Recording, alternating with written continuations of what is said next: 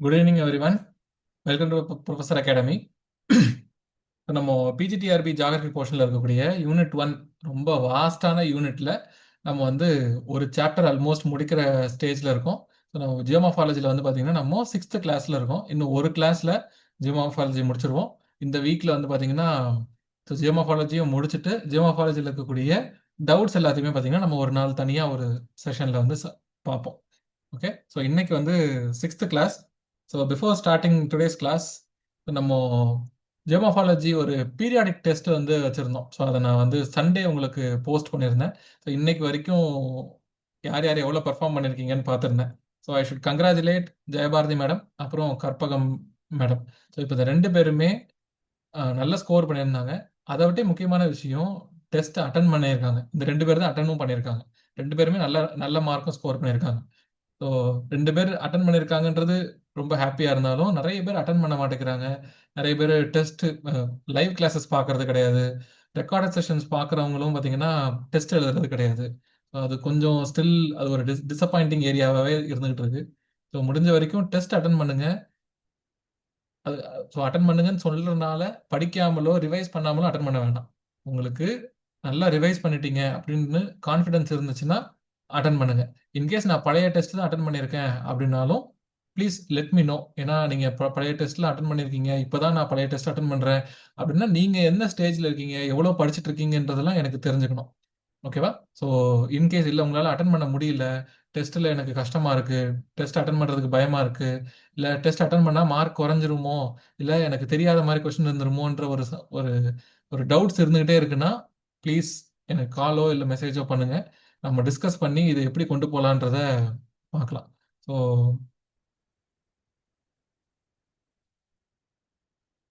டெஸ்ட்டை எல்லாமே அட்டன் பண்ணியே ஆகணும். ஏன்னா நீங்கள் ஒரு ஒரு போர்ஷன் முடிக்கிறீங்கன்றத உங்களுக்கு ஒரு அஷ்யூரிட்டி கொடுக்குற ஒரு ஏரியா தான் டெஸ்ட். ஒரு டெஸ்ட் நம்ம அட்டன் பண்ணலன்னும் போது இந்த ஏரியாவில் நம்ம எவ்வளோ ஸ்ட்ராங்காக இருக்கோம், இல்லை எதுலலாம் நம்ம இன்னும் ஸ்ட்ராங் ஆகணும் அப்படின்றத நம்ம டெஸ்ட்டில் தான் தெரிஞ்சுக்க முடியும். ஓகேவா? ஸோ டெஸ்ட் நிறைய பேர் அட்டன் பண்ணாதது ரொம்ப டிசப்பாயிண்டிங்காக இருக்குது. Also I should wish both of them. ஏன்னா ரெண்டு பேருமே கன்சிஸ்டண்ட்டாக டெஸ்ட் எழுதிட்டே வராங்க. ஸோ இதுக்கு முன்னாடி நிறைய பேரும் கன்சிஸ்டண்ட்டாக எழுதிட்டு இருந்தாங்க. ஒரு 3 பேர் 4 பேர் வந்து பார்த்தீங்கன்னா ரெகுலராக டெஸ்ட் எழுதிட்டு இருந்தாங்க.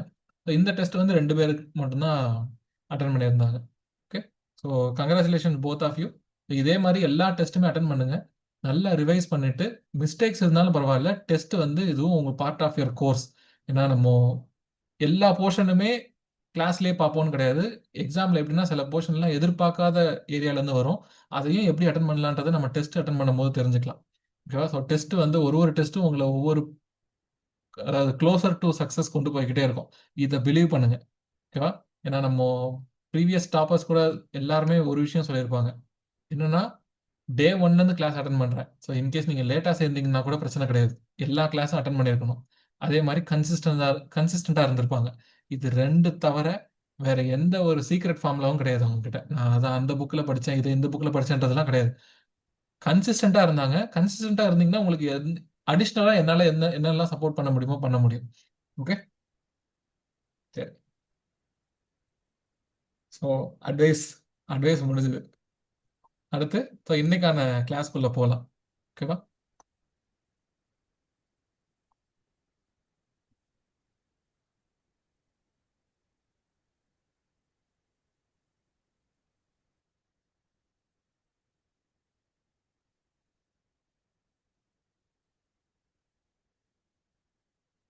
ஓகே, ஸோ நம்ம ப்ரீவியஸ் கிளாஸில் எர்த் மூமெண்ட்ஸ் வந்து பார்த்துட்டு இருந்தோம். எர்த் மூமெண்ட்ஸ் எப்படி எப்படிலாம் நடக்குது, என்னென்ன லேண்ட் ஃபார்ம்ஸ் எல்லாம் ஃபார்ம் ஆகுது, எப்படி எல்லாம், அதாவது என்னென்ன டைப்ஸ் எபிரோஜெனட்டிக், அப்புறம் டயாஸ்ட்ராஃபிசம்னா என்ன, ஓரோஜெனட்டிக் ப்ராசஸ்னா என்ன, ஃபோல்டிங்னா என்ன, ஃபால்ட்னா என்ன, இது எல்லாமே பார்த்தோம். ஸோ ஸ்ட்ரெச்சிங்னா எப்படி, கம்ப்ரெஷன் நடக்கும்போது என்னென்னலாம் நடக்குதுன்றதெல்லாம் பார்த்தோம். அதில் ஃபர்ஸ்ட் கேட்டகரியிலேயே நம்ம என்ன பார்த்தோம்? ஒன்று டயஸ்ட்ராபிசம், இன்னொன்று வந்து பார்த்தீங்கன்னா சடன் ஃபோர்ஸஸ் அப்படின்னு சொல்லி பார்த்தோம். ஸோ அப்போ இந்த சடன் ஃபோர்ஸஸ்ல என்னென்னலாம் நடக்குது? நம்ம ரெண்டு விஷயம் இருக்கு. ஒன்று எர்த் குவேக்கு, இன்னொன்று வல்கனிசம். கரெக்டா? அப்போ இந்த எர்த் குவேக் வல்கனிசம் பற்றி இன்னைக்கு நல்ல டீட்டெயில்டாக பார்க்கலாம். அது போக நம்ம எக்ஸாம் பெர்ஸ்பெக்டிவ்ல ரொம்ப ரொம்ப முக்கியமான ரெண்டு பேர் இருக்காங்க, டேவிஸும் பெங்கும். இவங்க இந்த சைக்கிள் ஆஃப் எரோஷன் பத்தி என்னெல்லாம் பேசியிருப்பாங்க அப்படின்றத நம்ம இன்னைக்கு தெரிஞ்சுக்கலாம். ஓகேவா? அதோட ப்ராக்டிஸ் கொஸ்டின்ஸோட பார்த்துட்டு இன்னைக்கோட செஷனை நம்ம க்ளோஸ் பண்ணிக்கலாம். ஓகேவா? ஸோ டவுட்ஸ் எங்கெங்கெல்லாம் வருதோ தென் அண்ட் தேர் நம்ம வந்து சால்வ் பண்ணிட்டு போறது கரெக்டாக இருக்கும். ஓகே, நம்ம ப்ரீவியஸ் கிளாஸ்ல எர்த்குவேக்னு பார்க்கும்போது எர்த்குவேக்ல என்னென்னலாம் வேவ்ஸ் இருக்கு, அப்புறம் அந்த வேவ்ஸ் எப்படி நம்ம டிடெக்ட் பண்றோம், எந்த வேவ் எந்த மீடியம்ல டிராவல் ஆகும், இது எல்லாமே பார்த்தோம். கரெக்டா? சரி, இப்ப இந்த பி வேவ் எஸ் வேவ்னு இருக்கா, இதுல எந்த வேவ் எல்லா மீடியம்லயும் டிராவல் ஆகும்?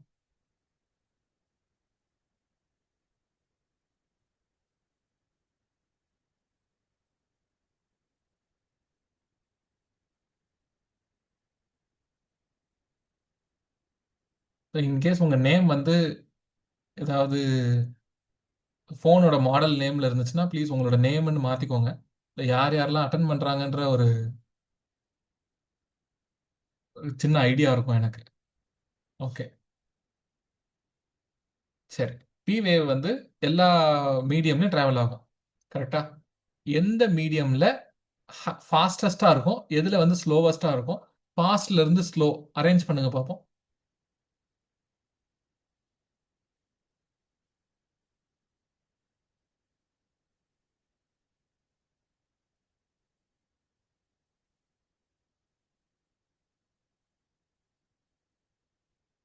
Very good, very good. எல்லாருமே ஆன்சர் ட்ரை பண்ணலாமே.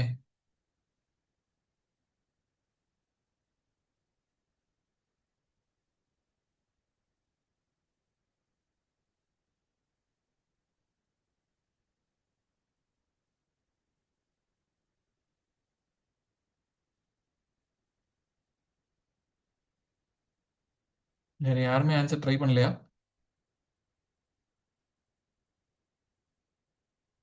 சரி, அப்ப இனிமேல் ஒன்று பண்ணுவோம். ஆன்சர் வந்து சொல்லும் போது மட்டும் குரூப் சேட்ல போடாம என்னோட பர்சனல் சேட் இருக்குல்ல, என்னோட நேம் இருக்குல்ல, திருமலை ஸ்ரீதர்னு இருக்கா, அதுக்கு வந்து நீங்க மெசேஜ் அனுப்புங்க. ஓகே, ஸோ அந்த ப்ரொஃபஸர் அகாடமின்னு இருக்கிறதுக்கு அனுப்புனீங்கன்னா என்னால் ஓப்பன் பண்ண முடியாது, அது அந்த சிஸ்டம் வேற லொகேஷன்ல இருக்கு. ஆன்சர் ட்ரை பண்ணலாமா?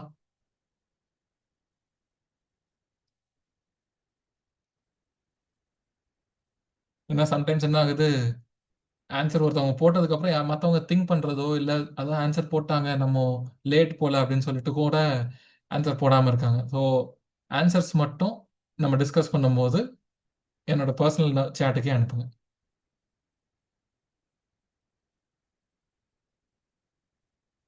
வேற யாரும் ட்ரை பண்ணலையா ஆன்சர்?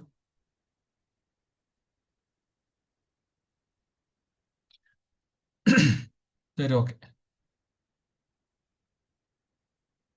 சரி. earthquakes அப்புறம் வால்கானிசம். ஸோ இப்போ இது ரெண்டு என்ன சொல்லுது? சடன் மூமெண்ட்ஸை பத்தி நம்ம வந்து பார்க்க போறோம். கரெக்டா? ஸோ நம்ம earthquakesல என்னென்னலாம் வேவ்ஸ் இருக்கு எல்லாத்தையுமே ப்ரீவியஸ் கிளாஸ்லயே அலசி ஆராய்ஞ்சாச்சு. அவ்வளவுதான். எக்ஸாம் பாயிண்ட் ஆஃப் வியூல நமக்கு என்னெல்லாம் தேவையோ அது எல்லாத்தையுமே பார்த்துட்டோம்.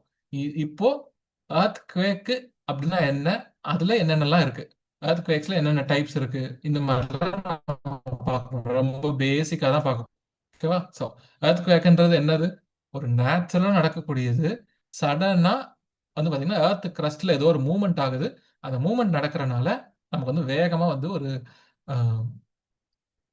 சாரி வேகமா மூவ்மெண்ட் நடக்கிறனால சடன் ரிலீஸ் ஆஃப் எனர்ஜி இருக்கு. அந்த ரிலீஸ் ஆஃப் எனர்ஜி நமக்கு நிறைய எர்த்குவேக் வேவ்ஸா வந்து பாத்தீங்கன்னா உலகம் ஃபுல்லா டிராவல் ஆகுது. இதனால நமக்கு என்ன ஆகுது? அதிர்வுகள் வந்து உணரப்படுது. அதுல இந்த ஷேக்கிங்ல நமக்கு ரெண்டு அக்கரன்ஸ் இருக்கு. ஒன்னு ஃபோர் ஷாக் அப்படின்னு சொல்லுவாங்க. அப்புறம் மேஜரான எர்த்குவேக், அப்புறம் ஆஃப்டர் ஷாக்ஸ். சரி, ஃபோர் ஷாக்னா என்ன, மேஜர் ஷாக்னா என்ன, ஆஃப்டர் ஷாக்னா என்ன அப்படின்னு பாத்தீங்கன்னா, நம்ம 2004 நம்மளோட இதுல நம்ம இந்தோனேஷியால நடந்த ஜாவா சுமத்ரா ஐலாண்ட்ஸ்ல நடந்த அந்த எர்த்குவேக்கை கன்சிடர் பண்ணிப்போம்.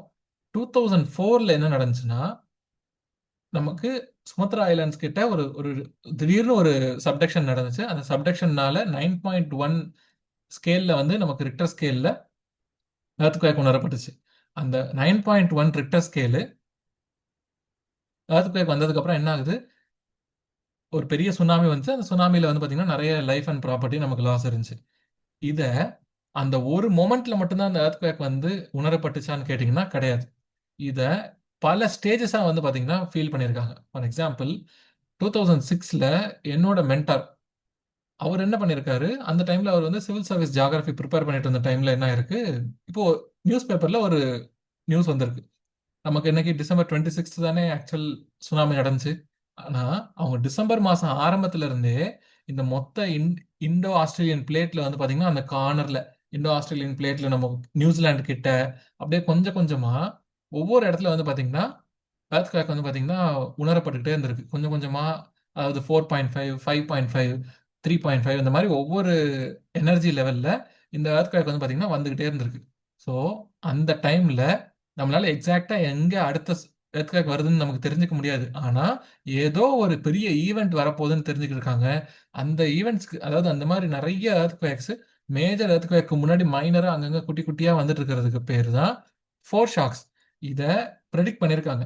ஸோ அந்த டைம்ல என்னோட மென்டார் அவங்க ஒரு டீமா இருந்து பிரிப்பேர் பண்ணிட்டு இருந்த டைம்ல, இந்த மாரி வரிசையா வந்துட்டு இருக்கே, இங்க என்ன காரணமா இருக்கும்னு பிரிப்பேர் பண்ணிட்டு இருந்து, ஒரு அடுத்த 20த் டே இந்த மாரி ஒரு பெரிய சுனாமி வந்திருக்கு. பெரிய 9.1 ரிக்டர் ஸ்கேல்ல வந்திருக்கு. அப்போ இவங்க நோட் பண்ணிட்டு இருந்தது என்னது? 4 ஷாக்ஸ். 4 ஷாக்ஸ் என்னது? ஃபர்ஸ்ட்டு எடுத்த உடனே ஒரே நேரத்துல வந்து அந்த சப்டக்ஷன் நடந்திருக்குமா? இல்ல. கொஞ்சம் கொஞ்சமா எங்கெங்கேயோ பார்த்தீங்கன்னா, எனர்ஜி வந்து பார்த்தீங்கன்னா ரிலீஸ் ஆகி ஒரு இடத்துல திடீர்னு வந்து பார்த்தீங்கன்னா, நமக்கு அதிக எனர்ஜியோட ரிலீஸ் ஆயிருக்கு. அதுதான் மேஜரான எர்த்குவேக். அதுக்கப்புறமும் சோ நம்ம எர்த்குவேக் முடிச்சுட்டோம். அதுக்கப்புறம் நம்ம எல்லாருமே நிம்மதியா இருங்கன்னா, கிடையாது. அதுவும் கிடையாது. கொஞ்சம் கொஞ்சமா எர்த்குவேக் வந்து பார்த்தீங்கன்னா, சப்சைடும் ஆகும். ஸோ எடுத்த உடனே ஒரு உ எர்த்குவேக்ன்றது ஒன் ஈவென்ட் கிடையாது. அது வந்து ஒரு சீரிஸ் ஆஃப் ஈவென்ட்ஸ். இனிஷியலா நெறைய ஃபோர் ஷாக்ஸ் உணர்ந்துகிட்டே இருப்போம். திடீர்னு ஒரு மேஜர் எர்த்குவேக் அதுக்கப்புறமா பார்த்தீங்கன்னா, அது செட்டில் டவுன் ஆகுறதுக்கே நெறைய டைம் எடுத்திருக்கும். அதுக்கு பேரு வந்து பார்த்தீங்கன்னா, ஆஃப்டர் ஷாக்ஸ் அப்படின்னு சொல்லுவோம். நம்ம ரீசென்ட்டா 2015ல நேபாள் காத்மண்டுல வந்து பார்த்தீங்கன்னா, ஒரு ரொம்ப பவர்ஃபுல்லான எர்த்குவேக் வந்துச்சு. 7.1 வரைக்கும் ரிக்டர் ஸ்கேல்ல இருந்துச்சு. அந்த 7.1 ரிக்டர் ஸ்கேல்ல இருந்த அந்த மேஜர் எர்த்குவேக்கு அப்புறம் 102 ஆஃப்டர் ஷாக்ஸ் வந்துச்சாம். யோசிச்சு பாருங்க. 7.1லயே அந்த ஊரே பெரும்பாலான பில்டிங் வந்து அழிஞ்சு போச்சு. நெறைய பழைய இது மானுமெண்ட்ஸ் அதெல்லாமே அழிஞ்சு போச்சு. அதுக்கப்புறமும் 102 முறை வந்து பார்த்தீங்கன்னா, இந்த ஆஃப்டர் ஷாக்ஸ் வந்துகிட்டே இருந்திருக்கு. ஏன்னா, அது இன்னும் போய் செட்டில் டவுனே ஆகறதில்ல. இந்த செட்டில் டவுன் ஆகறதுக்கு முன்னாடி 102 வாட்டி பார்த்தீங்கன்னா, ஷாக்ஸ் குடுத்துக்கிட்டே இருந்திருக்கு. அதே மாரி 2016 வெஸ்ட் சேனல்ல நடந்தது வந்து பார்த்தீங்கன்னா, 1200 எர்த்குவேக்ஸ் வந்திருக்கு. 1 வாரம் ஆயிருக்கு. இந்த அந்த மொத்த ப்ராசஸ் வந்து பார்த்தீங்கன்னா, ஸ்டெபிலைஸ் ஆகறதுக்கு. எர்த்குவேக்ன்றது ஒரே ஒரு நகர்வு மட்டும் கிடையாதுல்ல. அந்த மொத்த பிளேட்டுமே நகருது. இப்போ ஒவ்வொரு இடத்துல பார்த்தீங்கன்னா, அந்த பிளேட் இருக்கிற இடத்துலலாம் குட்டி குட்டியா அந்த மூவ்மெண்ட்ஸ் நடந்து 1200 எர்த்குவேக்ஸ் வந்து பார்த்தீங்கன்னா, 2016 வெஸ்ட் சேனல் நடந்த எர்த்குவேக்ல வந்து பார்த்தீங்கன்னா, உணரப்பட்டிருக்கு. ஓகேவா? ஸோ இதுதான் பார்த்தீங்கன்னா, 4 ஷாக் 4 ஷாக்ன்றது முன்னாடி நடக்கிற ஒரு ஈவென்ட். மேஜரான ஒரு எர்த்குவேக். அதுக்கப்புறம் நமக்கு ஆஃப்டர் ஷாக்ஸ் இருக்கு. இதுல ஒரு ஈவென்ட்டோட தன்மைய பொறுத்து, நேச்சர பொறுத்து நம்ம எர்த்குவேக்க நெறைய விதமா வந்து செக்ரிகேட் பண்ணலாம். நெறைய டைப்ஸா வந்து பிரிக்கலாம். என்னென்ன டைப்ஸ்ன்னு பார்த்தீங்கன்னா, 1 எர்த்குவேக் கிளஸ்டர் அப்படின்னு சொல்லுவாங்க. ஸோ கிளஸ்டர்னா என்னன்னா, ஒரே இடத்துல ஒரு ரீஜியன்ல அதிகப்படியான எர்த்குவேக்ஸ் வந்து பார்த்தீங்கன்னா, நம்ம எக்ஸ்பீரியன்ஸ் பண்ண முடியும். அப்படின்ற ஒரு ஏரியாவ நம்ம வந்து எர்த்குவேக் கிளஸ்டர் அப்படின்னு சொல்லுவோம். நம்ம சான் ஆண்ட்ரியஸ் பார்த்தோமா? சான் ஆண்ட்ரியஸ்ன்றது என்ன டைப் ஆஃப் பிளேட் பவுண்டரி? யோசிச்சு சொல்லுங்க. சான் ஆண்ட்ரியஸ்ன்ட்டு ஒரு இடம் இருக்கு. அங்க ஒரு பிளேட் பவுண்டரி இருக்கு. அது என்ன type of plate boundary?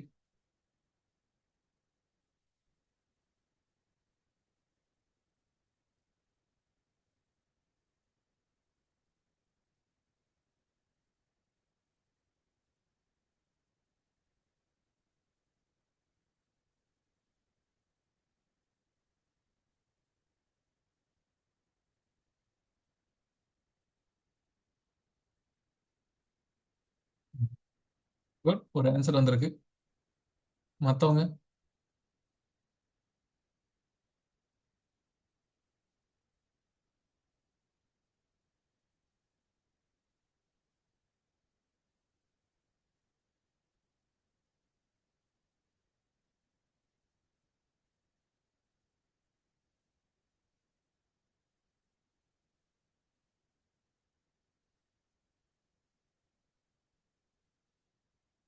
Okay. So San ஆண்ட்ரியாஸ்ன்றது பார்த்தீங்கன்னா ஒரு டிரான்ஸ்ஃபார்ம் பிளேட் பவுண்டரி. ஓகேவா?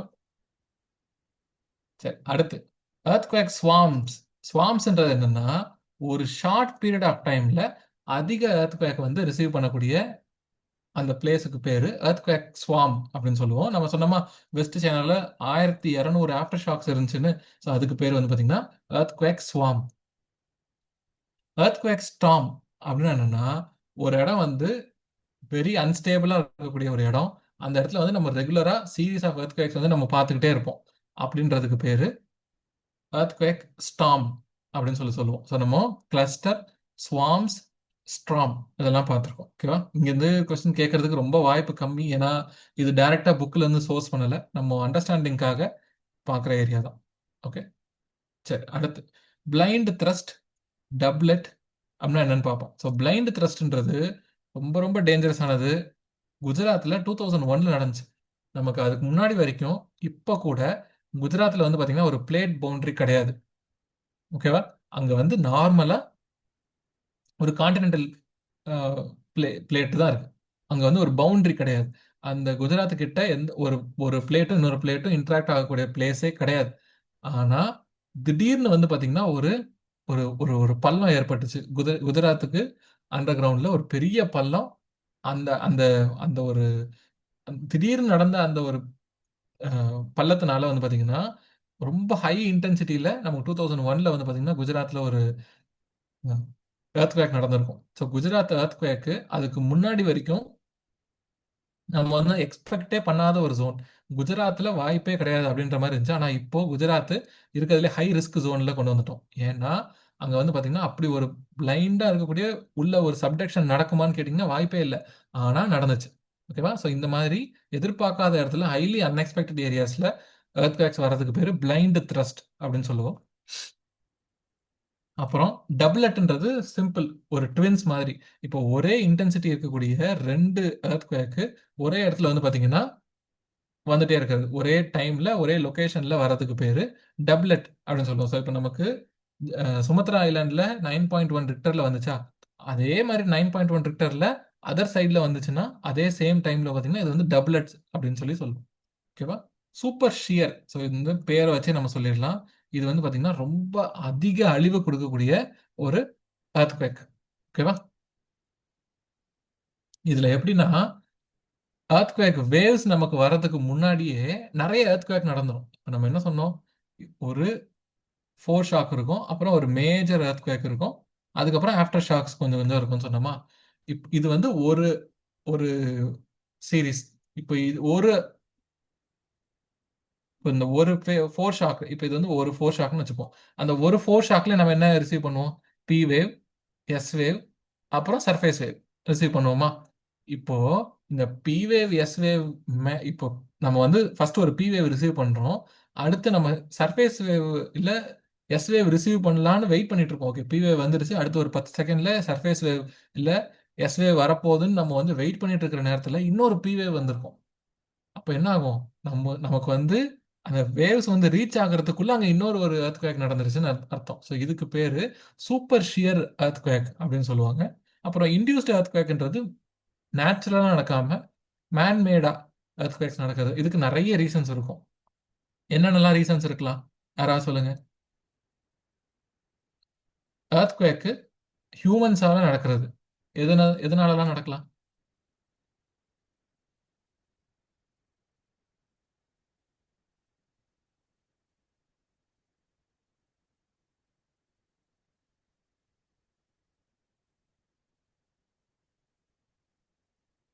Okay, good answer. மைனிங். இப்போ மைனிங்னால என்ன நடக்குது? ஒண்ணு வெடி வச்சு தகர்ப்பாங்க. அதனால உள்ள இருக்கிற ராக்ஸ்ல இருந்து பார்த்தீங்கன்னா எனர்ஜி ரிலீஸ் ஆகுது. அது ஒண்ணு. இன்னொன்னு, இப்ப இந்த மாதிரி மைனிங் பண்றாங்கன்னா, நேரா மொத்தமா பள்ளம் எடுத்து பண்றத விட்டு, ஸோ இந்த மாதிரி ஒரு டனல் மாதிரி உள்ள போர் பண்ணி, கீழ தான் நமக்கு கோல் எல்லாமே அவைலபிளா இருக்கும். ஸோ இது வந்து ரிலேட்டிவ்லி சீப்பரான ஒரு ப்ராசஸ். ஸோ இந்த ப்ராசஸ்ல வந்து என்ன பண்ணுவாங்க, இங்க கீழே ஆள் ஆள் இறங்கி இருக்க கோல் எல்லாத்தையுமே பார்த்தீங்கன்னா மைன் பண்ணி எடுத்துருவாங்க. அந்த இடம் பார்த்தீங்கன்னா வெற்றிடம் ஆயிடும். யூஸ்வலாக அந்த இடத்த வந்து வேற ஏதாவது மண் வச்சோ தண்ணி வச்சோ வேற ஏதோ வச்சு நிரப்பிடுவாங்க. ஏன்னா அந்த இம்பேலன்ஸ் ஆகிடக்கூடாதுன்னு சொல்லிட்டு. ஆனால் எல்லா நேரமும் அந்த இப்படி ஒரு ப்ரிகாஷன் எடுக்காத போது இந்த லேண்ட் வந்து பார்த்தீங்கன்னா அப்படியே கொலாப்ஸ் ஆகி எல்லா பக்கமும் பார்த்தீங்கன்னா அது வந்து கொலாப்ஸ் ஆகி ஒரு பெரிய எர்த்குவேக் வந்து வரும். ஓகேவா? ஸோ இதெல்லாம் வந்து பார்த்தீங்கன்னா ஹியூமன்ஸால உருவாக்கப்படுற சில எர்த்குவேக்ஸ். ஸோ இப்போ பெரிய டேம் கட்டுறது, இப்போ டேம் எப்படி சாதாரணமாக கட்டிட முடியாதுல்ல. ஏதோ ஒரு ஒரு மலையவே வந்து பார்த்தீங்கன்னா குடஞ்சு டேம் கட்டுவாங்க. ஸோ அது அந்த டியூரிங் அந்த டைம்ல வந்து பார்த்தீங்கன்னா நமக்கு எர்த்குவேக்ஸ் வரும். சின்ன சின்ன மைனர் எர்த்குவேக்ஸ் தான். இது வந்து உலகம் ஃபுல்லாக ரிசீவ் பண்ண முடியுமான்லாம் கிடையாது. அந்த வேவ்ஸ் ரிசீவ் பண்ணுவாங்க. ஆனால் இதோட இன்டென்சிட்டி வந்து பார்த்தீங்கன்னா ரொம்ப ரொம்ப கம்மியாக இருக்கும்.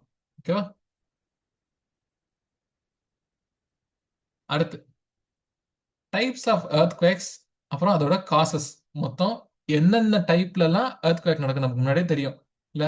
ஒன்று convergent boundary, divergent boundary, transform plate boundary. இந்த இடத்துலலாம் நமக்கு எர்த்குவேக்ஸ் நடக்கும் தெரியும். ஒவ்வொரு இடத்துக்கும் நமக்கு வந்து ஃபோல்டு அண்ட் ஃபால்ட்ஸ் வந்து உருவாகுது. ஒரு ஒரு ஃபால்ட்டுக்கும் நமக்கு வந்து பேர் இருக்கு. கரெக்டா? சரி. யாரும் பார்க்காதீங்க. சரி. இப்போ ஏ, பி, சி இந்த மூணுத்துக்கு என்னென்ன பேர்? டைப்ஸ் ஆஃப் ஃபால்ட்ல என்னென்ன பேர் இருக்கும்?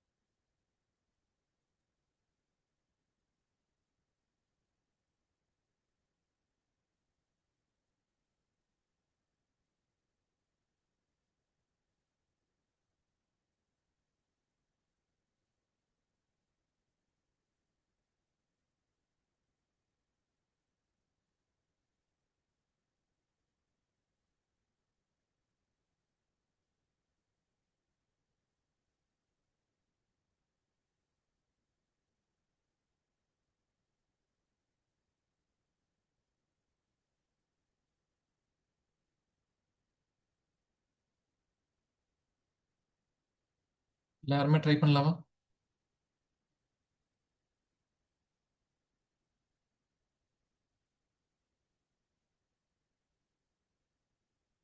ஓகே. சி வந்து strike slip fault. So strike slip fault எங்க நடக்கும் நமக்கு? டிரான்ஸ்ஃபார்ம் பிளேட் பவுண்டரிஸ்ல நடக்கும். அப்போ ஏல ஏ வந்து என்னது? Normal fault. பி வந்து பாத்தீங்கன்னா ரிவர்ஸ் ஃபால்ட் அப்படின்னு சொல்லுவோம். ஸோ அப்போ ஏல என்ன நடக்குது?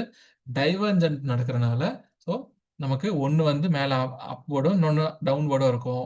அதே தான் கம்ப்ரெஷன்லையும் நடக்கும். ஆனால் இங்கே வந்து ஒரே ஒரு டிஃபரன்ஸ் தான். கம்ப்ரெஷன் நடக்கும்போது என்ன ஆகும்? நமக்கு ரிவர்ஸ் ஃபால்ட் உண்டாகும். அந்த ரிவர்ஸ் ஃபால்ட் நடக்கிறனால நமக்கு ஒரு ஹேங்கிங் வால் வந்து கிரியேட் ஆகும். ஓகே. சரி.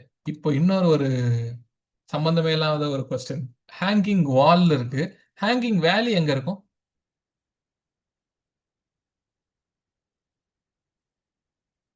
ஹேங்கிங் வேலி எங்க பார்த்தோம்?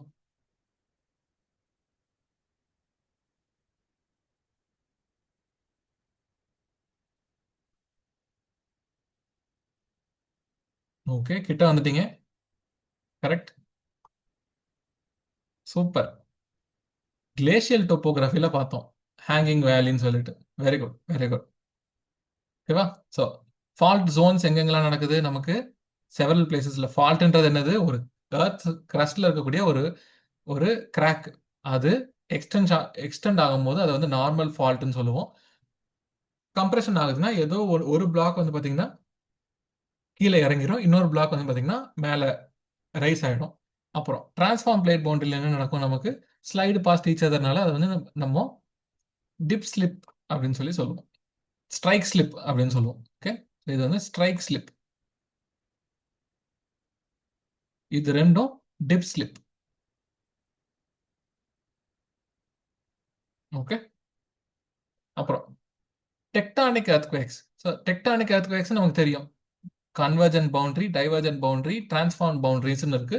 இப்போ இந்த ஒவ்வொரு இடத்துலையும் வந்து பார்த்தீங்கன்னா நமக்கு மூவ்மெண்ட் நடக்கிறனால, அர்த்தோட கிரஸ்ட் மூவ்மெண்ட் இருக்கிறனால என்ன ஆகுது, கொஞ்சம் கொஞ்சமா வந்து பார்த்தீங்கன்னா எனர்ஜி ஸ்டோர் ஆயிட்டே வருது. அந்த ராக் எப்போ பிரேக் ஆகுதோ அப்போ நமக்கு வந்து பார்த்தீங்கன்னா எர்த்குவேக் வந்து நடக்குது. ஓகேவா? இது டெக்டானிக் எர்த்குவேக்ஸ். வால்கனிக் எர்த்குவேக்ஸ், இப்போ ஒரு எரிமலை வந்து வெடிச்சு சிதறுது. இதனால எப்படி எர்த்குவேக்ஸ் நடக்க முடியும் அப்படின்னு சொல்லி பார்த்தீங்கன்னா நிறைய ரீசன்ஸ் இருக்கு. இப்போ என்ன ஆகும், இப்போ இந்த மேக்மா மேல வரைக்கும் வந்து இந்த கிரேட்டர்ல இப்போ ஒரு எரப்ஷன் நடந்து முடிஞ்சிருச்சுன்னு வச்சுப்போம். இந்த கிரேட்டர்ல என்ன ஆகும், கம்ப்ளீட்டா க்ளோஸ் ஆயிரும். மேக்மா வந்து ஃபுல்லா சாலிட் ஆகி க்ளோஸ் ஆயிரும். ஸோ க்ளோஸ் ஆனதுக்கு அப்புறம் என்ன ஆகும், இப்போ இன்னொரு வாட்டி ஒரு மேக்மா வந்து வெளியில வர ட்ரை பண்ணும்போது இங்க மேல வெண்ட் வந்து க்ளோஸா இருக்கிறனால என்ன ஆகும், ப்ரெஷர் தாங்க முடியாம இப்போ இந்த சைட்ல எல்லாம் பாத்தீங்கன்னா ஒரு ஃபிஷர்ஸ் கிரியேட் பண்ணி வெளியில வர ட்ரை பண்ணும். ஸோ அப்போ இந்த மாதிரி உள்ள இருந்து கிராக்கா விடுமா? அதிக ப்ரெஷர்ல யோசிச்சு பாருங்க, ஒரு மவுண்டைன், அவ்வளோ பெரிய மவுண்டைன்ல இருக்கக்கூடிய ராக்ஸை உள்ள இந்த மேக்மா வந்து பொளந்துக்கிட்டு அதோட ப்ரெஷர்ல வந்து பாத்தீங்கன்னா அதை விரிச்சுக்கிட்டு வெளியில வர ட்ரை பண்ணும். இப்போ ஒரு பக்கமா வெளியில வந்துருச்சுன்னு வச்சுப்போம். அப்ப என்ன ஆகும், மொத்த ப்ரெஷரும் வெளியில ரிலீஸ் ஆகுமா? அப்ப அங்க இருக்கக்கூடிய ராக்ஸ் எல்லாமே கொலாப்ஸ் ஆகி ஒரு பக்கமா பாத்தீங்கன்னா மேக்மா ஃப்ளோ ஆக ஆரம்பிக்கும். ஸோ அப்போ நமக்கு நிறைய பெரிய பெரிய எர்த்குவேக்ஸ் நடக்கும். சம்டைம்ஸ் இப்போ நிறைய சேம்பர்ஸ் இருக்கும், மேக்மா சேம்பர்ஸ். இப்போ அந்த சேம்பர் உள்ள மேக்மா இருக்கும்போது ஒன்றும் பிரச்சனை கிடையாது. ஆனா மேக்மா வெளியில வந்துருச்சு, அந்த சேம்பர் வந்து எம்டி ஆயிடுச்சு அப்படின்னும் போது என்ன ஆகும், அந்த சேம்பர் ஃபுல்லா கொலாப்ஸ் ஆகி அப்பயும் வந்து நமக்கு எர்த்குவேக் வந்து நடக்கும். ஓகேவா? இது வால்கானிக் எர்த்குவேக்ஸ். அப்புறம் ஹியூமன் இன்டியூஸ்ட், நமக்கு தெரியும் ஹியூமன் இன்டியூஸ்ட் எப்படி எப்பப்பெல்லாம் நடக்கும், எக்ஸ்ப்ளோஷன்ஸ்னால. இப்போ நியூக்ளியர் எனர்ஜி வந்து டெஸ்ட் பண்றதுக்கு என்னென்னலாம் எல்லா இடத்துலையும் பேன் பண்ணிட்டாங்க. எங்கெல்லாம் டெஸ்ட் பண்ணலாம்னு பார்த்தீங்கன்னா அண்டர் கிரவுண்ட் மட்டும்தான் நம்மளால டெஸ்ட் பண்ண முடியும். அண்டர் வாட்டரோ சரி, ஏரோ சரி, சர்ஃபேஸ்லயும் சரி, அவுட்டர் ஸ்பேஸ்லயோ எங்கேயுமே நியூக்ளியர் எனர்ஜி வந்து பார்த்தீங்கன்னா டெஸ்ட் பண்ணக்கூடாதுன்னு ஒரு பேன் வந்துருச்சு. ஸோ அண்டர் கிரவுண்ட் மட்டும்தான் நியூக்ளியர் எனர்ஜியை டெஸ்ட் பண்ண முடியும். ஸோ அப்போ அதிக ஆழத்துல நியூக்ளியர் எனர்ஜி வந்து டெஸ்ட் பண்ணும்போது என்ன ஆகுது, அது வெடிச்சு செதறும் போது நமக்கு எர்த்குவேக்ஸ் வந்து உருவாகுது. அதுக்கப்புறம் ஸோ மைனிங் நடக்கிறனால நமக்கு எர்த்குவேக்ஸ் நடக்கும். அப்புறம் ரிசர்வாயர்ஸ்லாம் இப்போ பெரிய பெரிய டேம்ஸ் கட்டுறாங்க. இப்போ இதனால என்ன ஆகும், அதிக அழுத்தம். இதுக்கு முன்னாடி வந்து பார்த்தீங்கன்னா ரிவரா ஃப்ளோ ஆயிட்டு இருந்த இடத்துல இப்போ திடீர்னு நம்ம தண்ணியை பார்த்தீங்கன்னா அணை கட்டி தேக்கி வைக்கின்ற போது திடீர்னு அந்த இடத்துல அதிக லோடு வந்து இருந்துகிட்டே இருக்கும். ஸோ அப்போ எர்த்குவேக்ஸ் வர்றதுக்கு நிறைய சான்சஸ் இருக்கு. ஓகேவா? அப்புறம் ஒரு இன்ட்ரெஸ்டிங்கான பார்ட். ஸோ இங்க இருந்தெல்லாம் கொஸ்டின் கேட்க மாட்டாங்க, இருந்தாலும் நம்ம வந்து தெரிஞ்சுக்கலாம். ஒரே ஒரு முறை இந்த இதை மட்டும் கேட்டிருக்காங்க. சரி, என்ன அப்படின்னு சொல்லி பார்க்கலாம். இப்போ எர்த்குவேக்கு எங்க இருந்து ஆரிஜினேட் ஆகுது, எந்த இடத்துல உருவாச்சு அப்படின்றத கண்டுபிடிக்கிறதுக்கு பேர் தான் எபிசென்டர் ட்ரையாங்குலேஷன் அப்படின்னு சொல்லி சொல்லுவோம். ஓகேவா? சரி, இப்போ இது வந்து கிராக். ஓகேவா? இப்போ இந்த பாயிண்ட்டுக்கு பேர் ஏ, அப்படியே டைரக்டா மேல இருக்கிற பாயிண்ட்டுக்கு பேரு பி. ஓகேவா? இப்போ ஃபோக்கஸ், எபிசென்டர். ஏ வந்து ஃபோக்கஸா இல்ல எபிசென்டரா? பி வந்து ஃபோக்கஸா எபிசென்டரா? கரெக்டா சொல்லுங்க. ஏ என்னது, பி என்னது? இப்போ ஏன்ற இடத்துல இருந்து தான் எனர்ஜி வந்து ரிலீஸ் ஆகுது. அப்போ ஏன்ற பாயிண்ட்டுக்கு பேர் என்ன, அப்படியே எக்ஸாக்டா மேல இருக்கக்கூடிய இந்த பீன்ற பாயிண்ட்டுக்கு பேர் என்ன?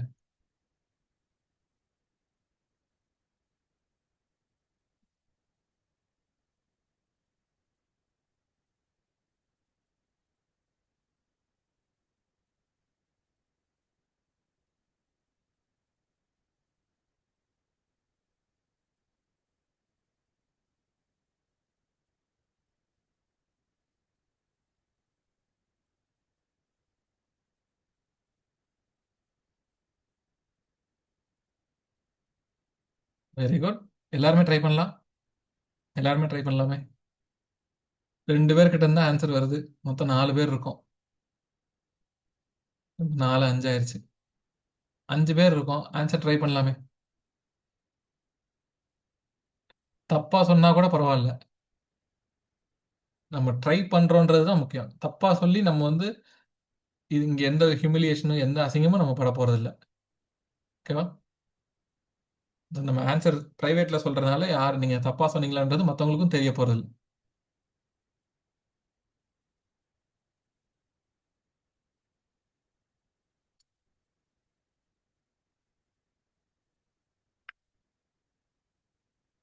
சரி, ஓகே. சரி. ஸோ இப்போ ஏன்ற பாயிண்ட் இருந்தா நமக்கு எனர்ஜி ரிலீஸ் ஆகுது. அந்த பாயிண்ட்டுக்கு பேரு ஃபோக்கஸ். அப்படியே அந்த ஃபோக்கஸுக்கு சர்ஃபேஸ்ல இருக்கக்கூடிய பாயிண்ட்டுக்கு பேரு பி. அந்த பிக்கு பேரு எபி சென்டர் அப்படின்னு சொல்லுவோம். ஸோ இப்போ இங்க எபி சென்டர் ட்ரையாங்குலேஷன்னா எர்த்குவேக் எந்த இடத்துல நடக்குதுன்றத கண்டுபிடிக்கிற ஒரு டெக்னிக்கு பேர் தான் எபி சென்டர் ட்ரையாங்குலேஷன். எர்த்குவேக் எங்க நடக்குதுன்றதை எப்படி சொல்லுவோம்? எந்த பாயிண்ட்ல சர்ஃபேஸ்க்கு நேரா பாட்டம்ல அந்த எர்த்குவேக் வந்து பாத்தீங்கன்னா நடந்துச்சு. இதை தான் நம்ம எபி சென்டர் ட்ரையாங்குலேஷன் அப்படின்ற மெத்தட்ல வந்து பாத்தீங்கன்னா கண்டுபிடிப்போம். இதை எப்படி கண்டுபிடிப்போன்றது ரொம்ப ரொம்ப இன்ட்ரெஸ்டிங்கா இருக்கும். தெரிஞ்சுக்கலாம். இப்போ என்னன்னா நமக்கு நமக்கு என்ன ஒரு விஷயம் தெரியும். எக்ஸாக்டா இப்போ எர்த்குவேக் நடக்கிற இடத்துக்கு ஜஸ்ட் கீழேயே அதே இடத்துலயே நம்ம வந்து இந்த எர்த்குவேக் மெஷர் பண்ற ஸ்டேஷனை வைக்க முடியாது. ஏன்னா எங்கெங்கெல்லாம் எர்த்குவேக் நடக்குமோ நமக்கு எப்படி தெரியும்? ஆனா ஒவ்வொரு இடத்துல ஸ்டேஷன்ஸ் இருக்கா? அப்போ நமக்கு ஏதோ ஒரு இடத்துல எர்த்குவேக் நடந்துருச்சு. அப்போ அந்த எர்த்குவேக் நடந்த டைம்ல இருந்து நமக்கு வந்து ஒரு சிக்னல் வந்து ரிசீவ் ஆகுது. என்ன சிக்னல் ரிசீவ் ஆகுது? எர்த்குவேக் வேவ்ஸ் வந்து ரிசீவ் பண்றோம். அப்போ அந்த வேவ்ஸை ரிசீவ் பண்றத வச்சு எவ்வளோ டியூரேஷன்ல ஒரு வேவ் இன்னொரு வேவ் நமக்கு ரிசீவ் ஆகுதுன்றத வச்சு வந்து கண்டுபிடிக்கிறாங்களாம். எவ்வளோ இன்ட்ரெஸ்டிங் பாருங்க. இங்க பாருங்க. ஸோ இப்போ ஒரு இடம் இருக்கு.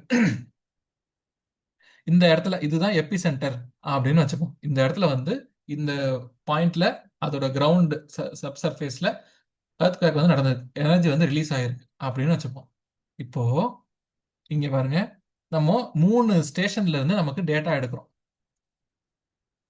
3 ஸ்டேஷன். இப்போ லாஸ் ஏஞ்சல்ஸ்ல நீங்க உட்காந்துருக்கீங்கன்னு வச்சுப்போம்.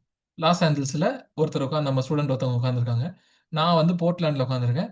இன்னொரு சால்ட் லேக்ல இன்னொரு ஸ்டூடெண்ட் உட்காந்துருக்காங்க. இப்போ லாஸ் ஏஞ்சல்ஸ்ல இருக்கிறவங்களுக்கு எர்த்குவேக் வந்து ரிசீவ் ஆகுமா? அதை எப்படி ரிசீவ் பண்ணுவாங்கன்னா ஃபர்ஸ்ட் பி வேவ் வந்திருக்கும். அதுக்கப்புறம் எஸ் வேவ் வருமா? ஏன்னா ஃபர்ஸ்ட் ரிசீவ் ஆகுறது P waves. P waves receive ஆனதுல இருந்து எஸ் வேவ் வந்த அந்த டியூரேஷனை வந்து மெஷர் பண்ணுவாங்க. அந்த டியூரேஷனை மெஷர் பண்ணி எவ்வளோ தூரத்துல இந்த எர்த்குவேக் உருவாகி இருந்துச்சுன்னா இந்த டியூரேஷன் வந்து இருக்கும். ஃபார் எக்ஸாம்பிள் இப்போ பி வேவுக்கும் எஸ் வேவுக்கும் டியூரேஷன் வந்து பாத்தீங்கன்னா கிட்டத்தட்ட 7 மினிட்ஸ் கழிச்சு தான் பி வேவ் ரிசீவ் பண்ணதுக்கு அப்புறம் எஸ் வேவ் வந்து ரெக்கார்ட் ஆகுது. அப்போ 7 மினிட்ஸ் கழிச்சு தான் பி வேவுக்கும் எஸ் வேவுக்கும் நடுவில் உள்ள கேப்னா அப்போ அந்த எர்த்குவேக் நம்ம இருக்கிற ஸ்டேஷன்ல இருந்து எவ்வளவு தூரம் தள்ளி இருக்கும்னு பாத்தீங்கன்னா கிட்டத்தட்ட 5100 கிலோமீட்டர். ஸோ இந்த இந்த ஒரு மேப் கையில் வச்சுப்பாங்க. ஓகே, 7 நிமிஷம் தள்ளி வந்திருக்கு. அப்போ நம்ம லாஸ் ஏஞ்சல்ஸ்ல இருந்து 5100 கிலோமீட்டர் தள்ளி எங்கேயோ ஒரு இடத்துல எர்த்குவேக் நடந்திருக்குன்னு நமக்கு தெரிஞ்சிடும். ஆனா அந்த 5100ன்றது ஒரு பெரிய சர்க்கிள் இல்ல. 5100 ரேடியஸ் இருக்கக்கூடிய எந்த இடத்துல வேணா அந்த எர்த்குவேக் வந்து நடந்திருக்கலாம். அது அப்போ ஒரு ஸ்டேஷன்ல இருக்கக்கூடிய டேட்டா வச்சு நம்மளால ஒண்ணுமே பண்ண முடியாது. அதே மாதிரி இப்போ நான் எங்க இருக்கேன்? போர்ட்லாண்ட்ல இருக்கேன். இப்போ எனக்கு ஒரு டேட்டா கிடைச்சிருக்கும். கரெக்டா? இப்போ எனக்கு வந்து பாத்தீங்கன்னா ஸோ இந்த மாதிரி கிடைச்சிருக்கு. ஒரு 5 5 மினிட்ஸ்ல வந்து டேட்டா கிடைச்சிருக்கு. அப்போ என்ன நான் சொல்றேன்? 3500 கிலோமீட்டர்ஸ். இப்போ நான் இருக்கக்கூடிய இடத்துல இருந்து எர்த்குவேக் உருவான பிளேஸ் வந்து பாத்தீங்கன்னா 3500 கிலோமீட்டர்ஸ் தள்ளி வந்திருக்கும் அப்படின்னு சொல்லிட்டு நான் ஒரு சர்க்கிள் வரைகிறேன். அப்போ என்ன ஆகும்? லாஸ் ஏஞ்சல்ஸ்ல இருக்கிறவங்களும் நான் வரைஞ்ச சர்க்கிளும் பாத்தீங்கன்னா 2 இடத்துல மீட் ஆகும். ஸோ ஏ பின்னு 2 இடத்துல மீட் ஆகும். அப்படின்னா என்ன அர்த்தம்? ஏ பாயிண்ட்ல இருந்தோ இல்ல பி பாயிண்ட்ல இருந்து எங்க இருந்து வேணா இந்த எர்த்குவேக் வந்து பாத்தீங்கன்னா ஆரிஜினேட் ஆயிருக்கலாம் அப்படின்னு வரும். 2 பாயிண்ட் வச்சுட்டு நம்ம என்ன பண்றது? மூணாவதா ஒரு பாயிண்ட் வேணுமா? அதுக்காக தான் மூணாவதா ஒரு ஸ்டேஷன்ல இருந்து நமக்கு டேட்டா எடுக்கிறாங்க. அப்போ என்ன ஆகும்? 3 சர்க்கிளுமே எந்த இடத்துல மீட் ஆகுதோ அந்த இடம் தான் வந்து பாத்தீங்கன்னா எபி சென்டர் அப்படின்னு கண்டுபிடிக்கிறாங்க. ஓகேவா? ஸோ அப்போ நம்ம ஒரு இடத்தோட ஒரு எர்த்குவேக்கோட எபி சென்டரை கண்டுபிடிக்கிறதுக்கு எத்தனை ஸ்டேஷன் வேணும்? 3 ஸ்டேஷன்ல இருந்து டேட்டா வேணும் குறைஞ்சது. இன்னும் 4வது ஸ்டேஷன் இருந்துச்சுனாலும் ஒன்றும் யூஸ் கிடையாது. ஏன்னா 3வது ஸ்டேஷன் டேட்டா வச்சு நம்ம எங்க எபி சென்டர் இருக்குன்றதை நம்ம வந்து கண்டுபிடிச்சிரும். கரெக்டா? ஸோ இதுக்கு பேர் தான் எபி சென்டர் ட்ரையாங்குலேஷன் மெத்தட் அப்படின்னு சொல்லுவாங்க. இதுக்கு முன்னாடி ஒரே ஒரு கொஸ்டின் கேட்டிருக்காங்க. அது என்ன கொஸ்டின் கேட்டாங்கன்றதையும் நம்ம கிளாஸோட எண்ட்லயே பார்த்துடலாம். ஓகேவா? அடுத்து வால்கானிசம். வால்கானிசம்னா என்ன அப்படின்னு நமக்கு ஜென்ரலா நம்ம பார்த்தோம்னா என்ன சொல்லுவோம்? எர்த்துக்கு இன்சைட்ல இருந்து மேக்மான்ற ஒரு லிக்விட் வந்து பாத்தீங்கன்னா வெளியில வருது, சர்ஃபேஸ்க்கு வருது. இதுக்கு பேர் தான் வல்கானிசம்னு நம்ம பொதுவா சொல்லிடுவோமா? ஆனா அது மட்டும் கிடையாது. நம்ம எர்த்துக்கோட இன்டீரியர்ல இருந்து சாலிடும் வரலாம், லிக்விடும் வரலாம், இல்ல கேசஸ். இந்த மூணுமாவும் எர்த்தோட இன்டீரியர்ல இருந்து சர்ஃபேஸுக்கு வர்றதுக்கு பேரு தான் வால்கனிசம் அப்படின்னு சொல்லிட்டு. ஓகேவா? ஸோ இது இது இது என்ன ஆகும்? இங்க உள்ள இருக்கக்கூடிய சாலிட் வந்து பாத்தீங்கன்னா பார்ஷியலி மெல்ட் ஆகி வரலாம், கேஸஸா வெளியில வரலாம், இல்ல லிக்விடாவே கம்ப்ளீட் லிக்விடாவே வெளியில வரலாம், இல்ல சாலிடா பெரிய பெரிய ராக்ஸா கூட பாத்தீங்கன்னா நமக்கு வெளியில வரலாம். ஸோ இந்த மாதிரி உள்ள இருக்கக்கூடிய சப்ஸ்டன்ஸ் வெளியில நமக்கு வரனால நிறைய லேண்ட் ஃபார்ம்ஸ் கிரியேட் ஆகுது. அந்த லேண்ட் ஃபார்ம்ஸை வந்து நம்ம ரெண்டா பிரிப்போம். ஒன்று இன்ட்ரூசிவ் லேண்ட் ஃபார்ம், இன்னொன்று எக்ஸ்ட்ரூசிவ் லேண்ட் ஃபார்ம் அப்படின்னு சொல்லிட்டு ரெண்டு லேண்ட் ஃபார்மா பிரிப்போம். அது என்ன intrusive land form, extrusive land form? இன்ட்ரூசிவ்னா ஒன்றும் இல்லை, ஒரு வால்கனோ இன்சைட்ல வால்கனோ உருவாகும் போது அண்டர் கிரவுண்ட்ல என்னென்ன மாதிரி லேண்ட் ஃபார்ம் உருவாகுதோ அதெல்லாம் வந்து பார்த்தீங்கன்னா இன்ட்ரூசிவ்னு சொல்லுவோம். எக்ஸ்ட்ரூசிவ்னா லாவா வெளியில வந்துருச்சு, வந்ததுக்கு அப்புறம் அது சாலிட் ஆகுது, அதனால ஏற்படக்கூடிய லேண்ட் ஃபார்ம் தான் நம்ம வந்து எக்ஸ்ட்ரூசிவ் லேண்ட் ஃபார்ம்னு சொல்லுவோம். அதை பத்தி நம்ம லேட்டஸ்ட் ஸ்டேஜ்ல படிப்போம். சரி, அதுக்கு முன்னாடி வால்கேனோ அப்படின்னா என்ன அப்படின்னு பார்த்தீங்கன்னா ரொம்ப சிம்பிளா ஒரு டெஃபினேஷன் சொல்லிக்கலாம். நம்ம எர்த்தோட கிரஸ்ட்ல இருக்கக்கூடிய ஒரு கிராக், ஒரு ஓப்பனிங், அது வழியா மேக்மா வெளியில வந்துச்சுன்னா அதுக்கு பேர் வால்கனோ. அவ்வளவுதான். வால்கனோனாலே ஒரு கூம்பு மாதிரி இருக்கணும், மேல இருந்து வால்கனோ வரணுன்றதுல அவசியம் கிடையாது, லாவா வரணும்லாம் அவசியம் கிடையாது. எர்த்தோட கிரஸ்ட்ல ஒரு கிராக் இருந்து அந்த கிராக் வழியா மேக்மா வெளியில வந்துச்சுன்னா அதுக்கு பேரு வால்கனோ. அவ்வளவுதான். ஸோ வால்கனோஸ் எப்படி உருவாகும் இன் ஜென்ரல்னா, ஸோ இந்த மாதிரி கிரஸ்ட் இருக்கு. கிரஸ்ட் வந்து ஐதர் டைவர்ஜென்ட்டா இருக்கலாம், இல்ல கிரஸ்ட்லயே வந்து பாத்தீங்கன்னா ஒரு கிராக் இருக்கலாம். அந்த கிராக் மூலியமா நமக்கு அந்த கிராக்கை தான் நம்ம வந்து வெண்ட் அப்படின்னு சொல்லி சொல்லுவோம். அந்த வெண்ட் வழியா இந்த உள்ள இருக்கக்கூடிய மோல்டன் மாக்மா அது என்ன ஆகுது, மேல வந்து பாத்தீங்கன்னா வெளியில வருது. இதுக்கு பேரு இப்படிதான் வந்து பாத்தீங்கன்னா வால்கனோன்றது உருவாகும். ஸோ இது லாவா வெளியில வந்து லாவா வந்து பாத்தீங்கன்னா சாலிட் ஆகும். சாலிடா இருக்கக்கூடிய லாவா கொஞ்சம் கொஞ்சமா ஒரு மவுண்டெயினை கிரியேட் பண்ணுது. ஸோ இது இப்படிதான் வால்கனிக் மவுண்டெயின்ஸ் வந்து பாத்தீங்கன்னா கிரியேட் ஆகும். ஸோ இதுவுமே நமக்கு லேயர் லேயரா கிரியேட் ஆகும். ஸோ ஃபர்ஸ்ட் ஒரு லேயர் ஃபார்ம் ஆச்சா, அதுக்கு மேல ஒரு லேயர் ஃபார்ம் ஆகுமா, அதுக்கு மேல இன்னொரு லேயர் ஃபார்ம் ஆகுமா, அதுக்கு மேல இன்னொன்று ஃபார்ம் ஆகுமா. ஸோ அந்த மாதிரி லேயர் லேயரா ஃபார்ம் ஆகுறதுனால இது வந்து நம்ம ஸ்ட்ராட்டா அப்படின்னு கூட சொல்லுவோம். நம்ம கிளைமேட்டாலஜி படிக்கும்போது தெரிஞ்சுக்கலாம். ஸ்ட்ராட்டான்றது என்னதுன்னா, ஸ்ட்ராட்டோஸ்பியர்ன்ற ஒரு லேயர் இருக்கு. அதை வந்து நம்ம எதனால ஸ்ட்ராட்டான்னு சொல்றோம்னா, லேயர் லேயரா நம்ம ஒரு விஷயத்தை பார்க்குறோம், இல்ல ஒரு விஷயம் வந்து இருக்கு அப்படின்னா அது வந்து நம்ம ஸ்ட்ராட்டா அப்படின்னு சொல்லி சொல்லலாம். ஓகேவா? சரி, இப்போ எங்கெங்கெல்லாம் earthquakes இந்த நம்ம எரப்ஷன்ஸ் வால்கனிக் எரப்ஷன்ஸ் வந்துலாம் இருக்கு அப்படின்னு சொல்லி வச்சு மூணு விதமா பிரிக்கலாம். ஒன்று ஆக்டிவ் வால்கனோ, இன்னொன்று ஆக்டிவ் வால்கனோனா என்னன்னா ஃப்ரீக்வெண்ட்டாக வந்து பார்த்தீங்கன்னா மேக்மா வந்து வெளியில வந்துகிட்டே இருக்கிறதுக்கு பேரு ஆக்டிவ் வால்கனோ அப்படின்னு சொல்லுவாங்க. மோஸ்ட்லி இந்த ஆக்டிவ் வால்கனோஸ்லாம் எங்க இருக்கும்னா பசிபிக் ரிங் ஆஃப் ஃபயர் அங்கே தான் இருக்கும். ஸோ பசிபிக் ரிங் ஆஃப் ஃபயர்ன்றது ஸோ இந்த இந்த region,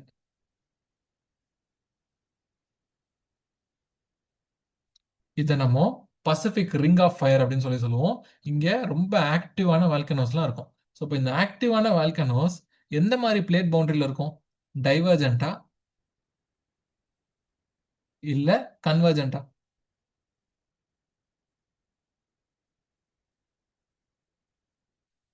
convergent plate பவுண்டரியில active volcano இருக்குமா, டைவர்ஜென்ட் பிளேட் பவுண்டரியில ஆக்டிவ் வால்கனோ இருக்குமா?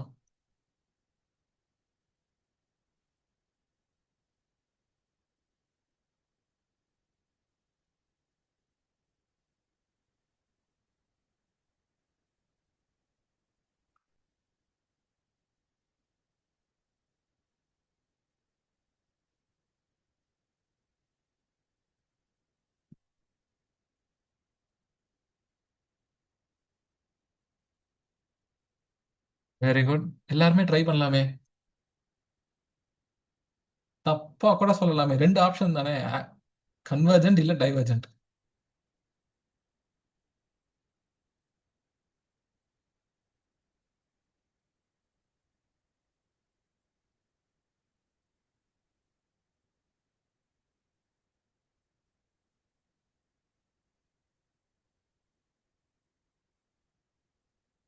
ஓகே, சரி. யாரோ ஹேண்ட் ரைஸ் பண்ணியிருக்காங்க. ஓகே. ஸோ கன்வர்ஜென்ட் பிளேட் பவுண்டரிஸ்ல நமக்கு ஆக்டிவ் வேல்கனோஸ் இருக்கும். ஏன்னா இப்போ டைவர்ஜென்ட் பிளேட் பவுண்டரி எடுத்துக்கோங்க. டைவர்ஜென்ட் பிளேட் பவுண்டரி என்ன ஆகும்? டைவர்ஜ் ஆகும் கொஞ்சம் கொஞ்சமா. அதுக்கப்புறம் மேக்மா வெளியில வந்து சாலிட் ஆகி கொஞ்சம் கொஞ்சமா ரொம்ப ஸ்லோ ப்ராசஸ் இது. அதுவே கன்வர்ஜென்ட் பவுண்டரி என்ன ஆகுது? ஒன்று கீழே வந்து சப்டெக்ட் ஆயிடுச்சு, ஒரு இடத்துல நமக்கு ட்ரென்ச்சஸ் வந்து ஃபார்ம் ஆகுது. சப்டெக்ட் ஆகிறதுனால கிராக்ஸ் வந்து ஃபார்ம் ஆகி நமக்கு ரெண்டு பக்கமும் வேல்கனோஸ் இருக்கு. So due to high heat கீழே இருக்கக்கூடிய நம்ம சப்டெக்ட் ஆகக்கூடிய பிளேட் என்ன ஆகுது?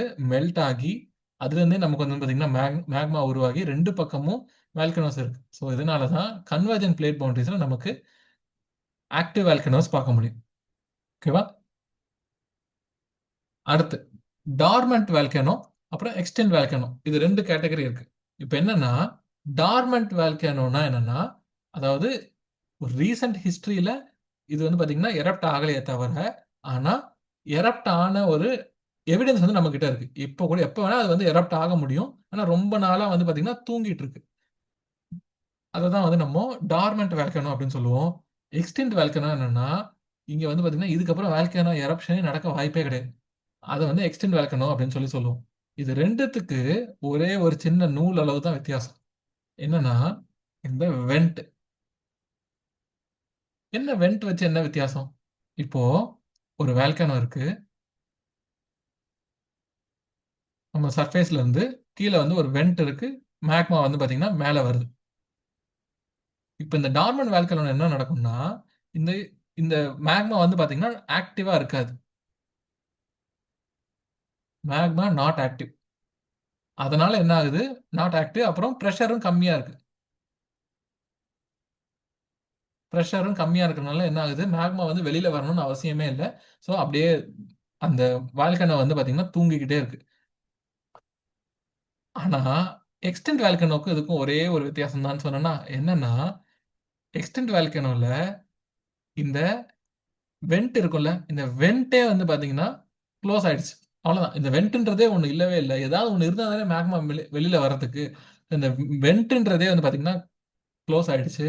ஸோ என்னைக்கோ ஒரு நாள் எப்பயோ வந்து மேக்மா எரப்ட் ஆனது அந்த சர்ஃபேஸ் மட்டும் அப்படியே இருக்குமே தவிர, புதுசா மேக்மா எரப்ஷன் நடக்கிறதுக்கு வாய்ப்பே இல்லாம போயிரும். ஏன்னா சப்ளை கட் ஆயிடுச்சு. டார்மண்ட் வால்கனோல சப்ளை இருக்கு. ஆனா சப்ளை வந்து பாத்தீங்கன்னா பிரஷர் இல்லாதனால, ஆக்டிவா இல்லாதனால அது பாட்டு தூங்கிட்டு இருக்கு.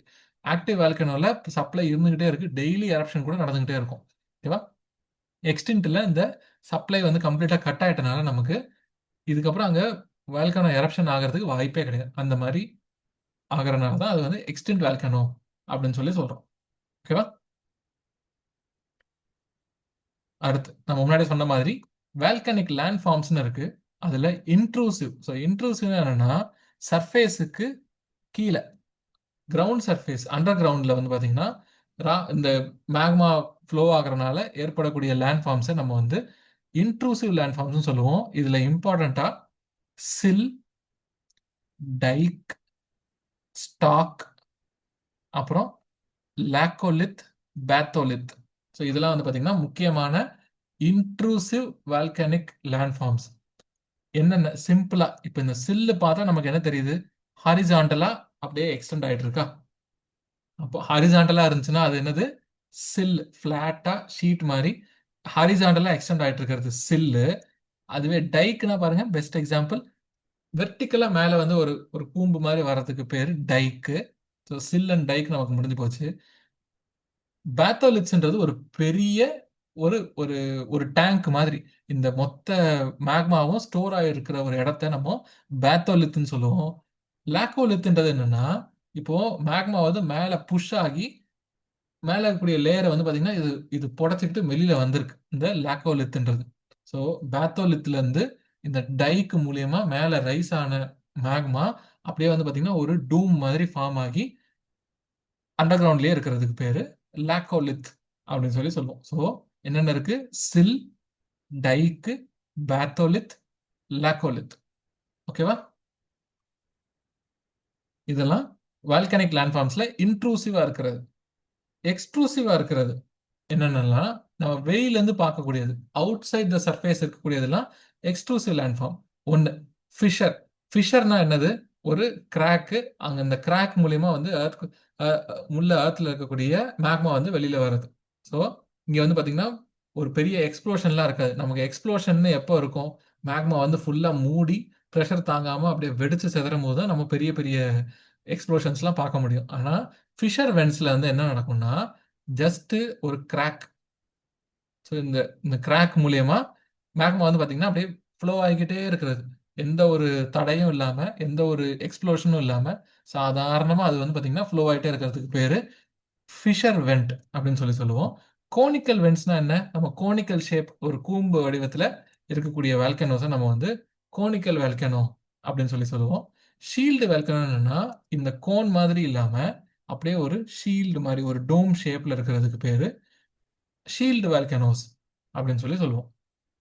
ஓகேவா? ஸோ இந்த 3 பார்த்துருக்கோம். அது போக மிட் ஓஷியானிக் ரிட்ஜஸ் நம்ம முன்னாடியே பார்த்துருந்தோமா?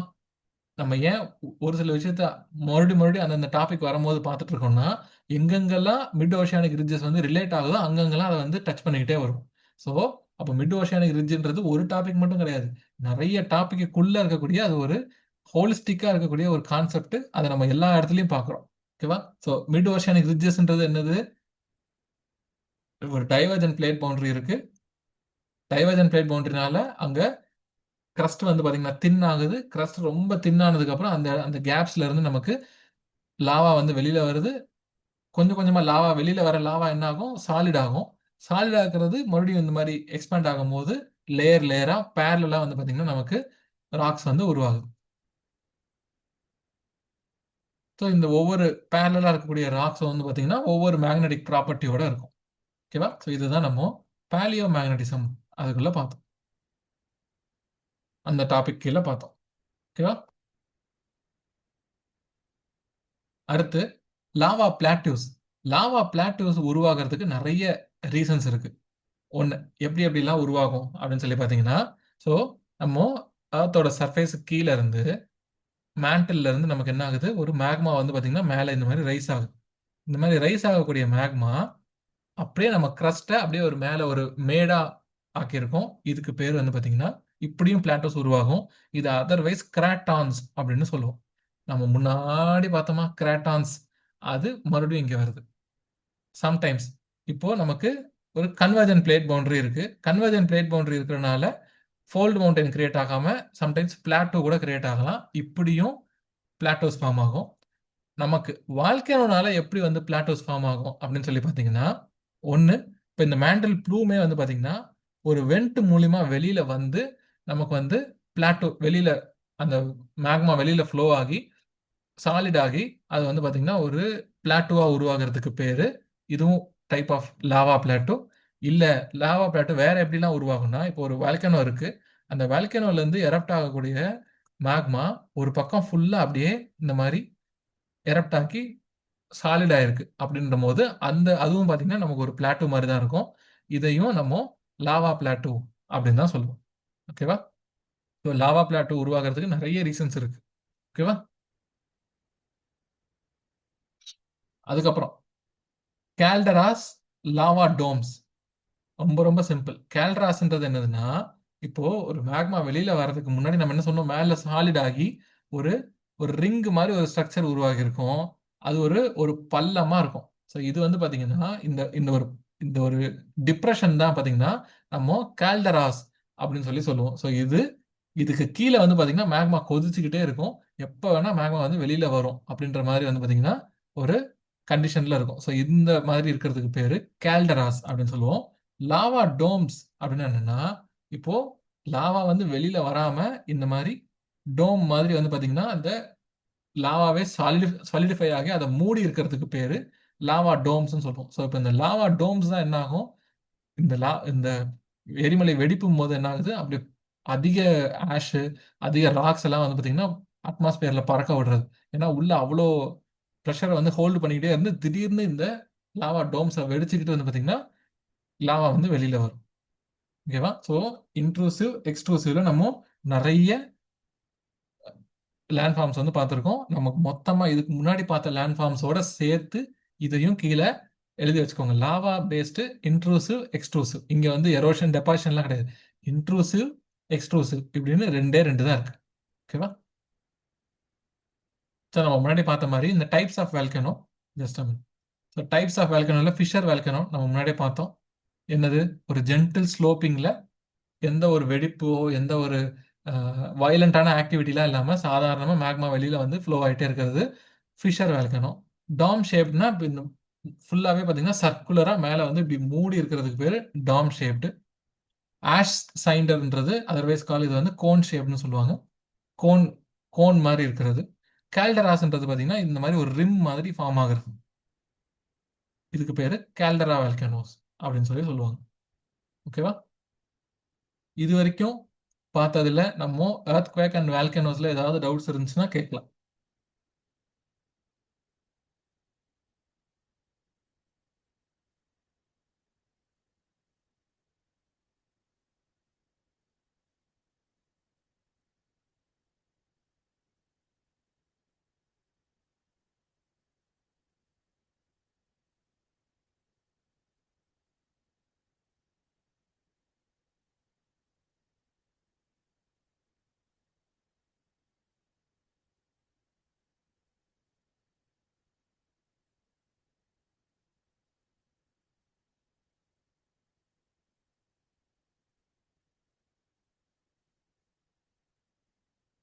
டவுட்ஸ் இருக்கு இல்லை ஏதாவது சொல்லாமே.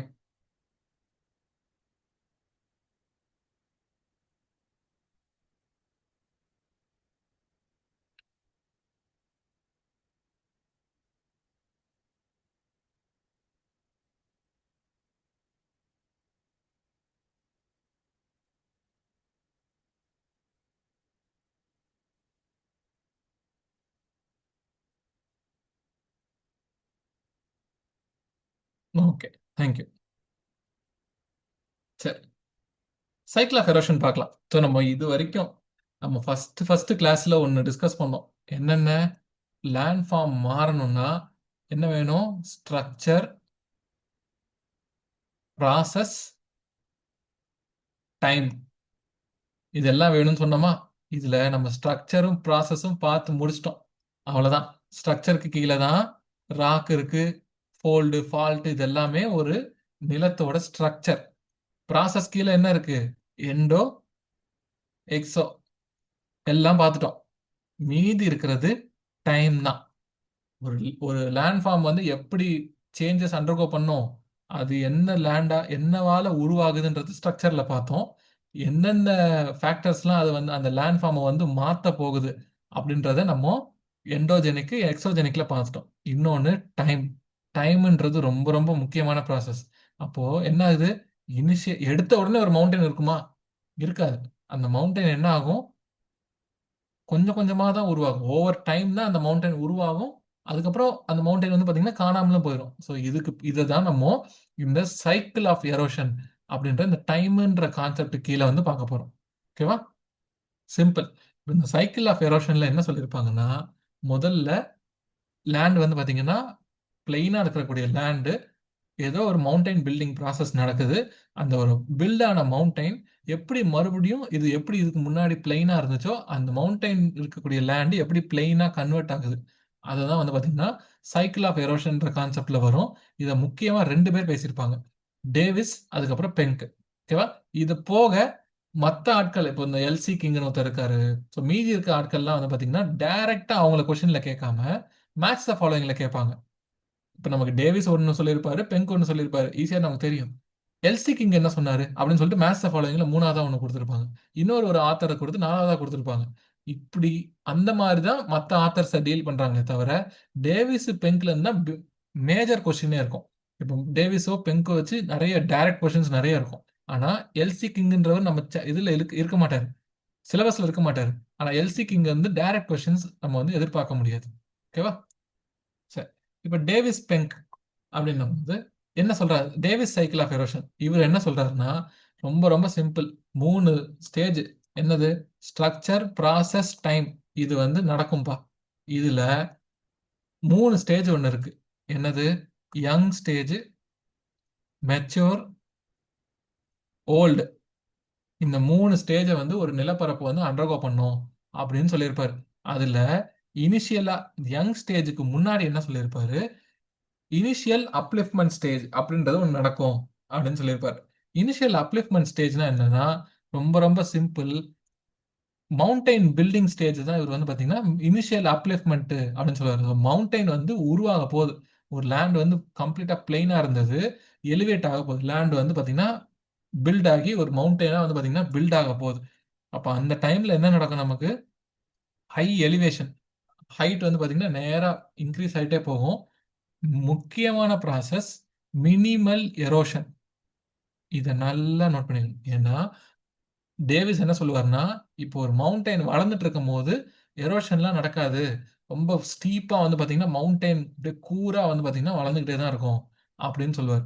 அப்போ இங்க எரோஷன் கம்மியா இருக்கனால, எல்லா மெட்டீரியலும் பார்த்தீங்கன்னா இன்டாக்ட்டா இருக்கு. அங்க எந்த எரோஷனோ நிலப்பரப்பு வந்து பார்த்தீங்கன்னா, தேயவே இல்ல. அப்படியே பில்டிங் மட்டும் தான் நடந்துட்டு இருக்கு அப்படின்னு சொல்லுவாரு. ரிவர்ஸ்லாம் இருக்கு. ஆனா அந்த ரிவர்ஸ் வந்து எரோஷன் பண்றது கிடையாது அப்படின்னு சொல்லியிருப்பாரு. ஓகேவா? இதுதான் இனிஷியலா இருக்கக்கூடிய அப்லிஃப்ட்மென்ட் ஸ்டேஜ்.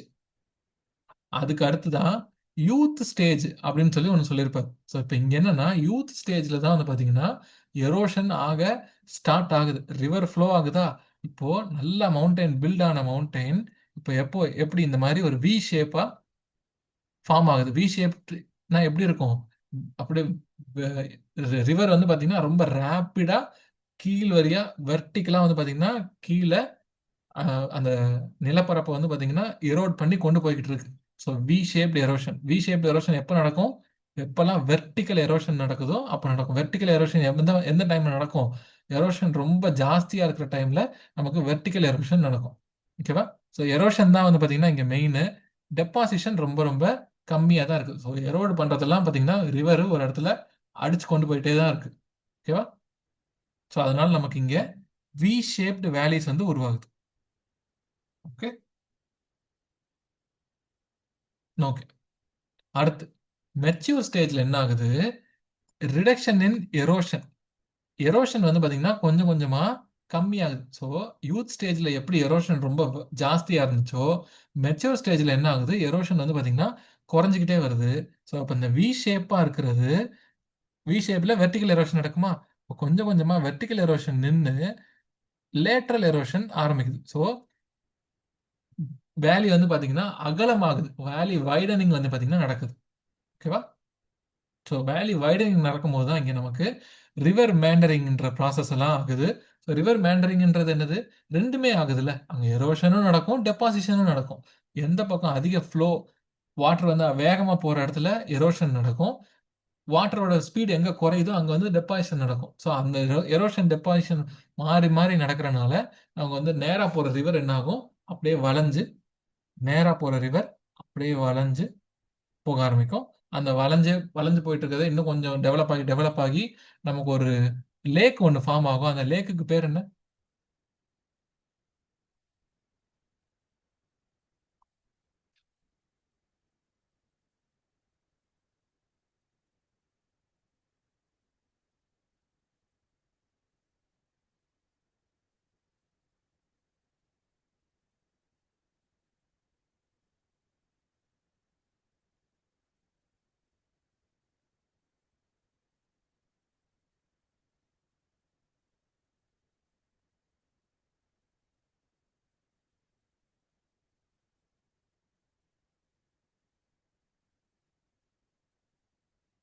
நல்லா யோசிச்சு பாருங்க.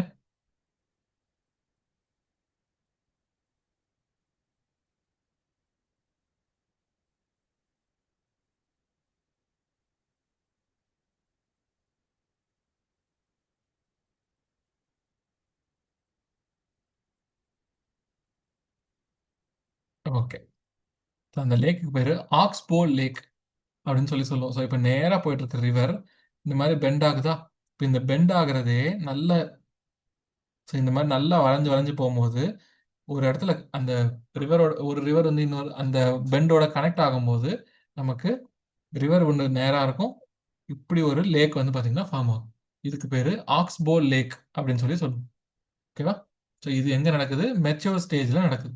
அப்புறம் ஓல்டர் ஸ்டேஜ்ல என்ன ஆகுது? நல்ல வேலி வந்து நல்லா வைடன் ஆயிடுச்சு. நல்ல வைடன் ஆனது கம்ப்ளீட்டா ஃபிளாட்டாவே ஆயிடுச்சு.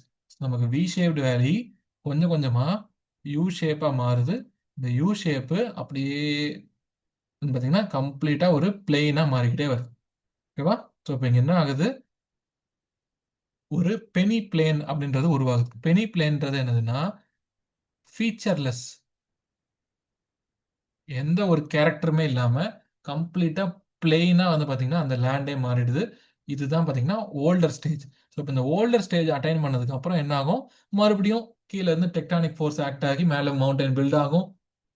யங்கு, மெச்சூர், ஓல்டு, மறுபடியும் இந்த ப்ராசஸ்க்கு பேரு தான் சைக்கிள் ஆஃப் எரோஷன் அப்படின்னு சொல்லிட்டு டேவிஸ் சொல்லியிருப்பார். ஓகேவா? ஸோ டேவிஸோட சைக்கிள் ரொம்ப ரொம்ப சிம்பிள். என்ன ஆகுது? இந்த இனிஷியலா இருக்கக்கூடிய அப்லிஃப்ட்மெண்ட் ஸ்டேஜ்ல, இதுக்கு பேர் என்ன? Initial upliftment stage. இந்த அப்லிஃப்ட்மெண்ட் ஸ்டேஜ்ல ஒன்று தான் நடக்குது. என்னது? Mountain building.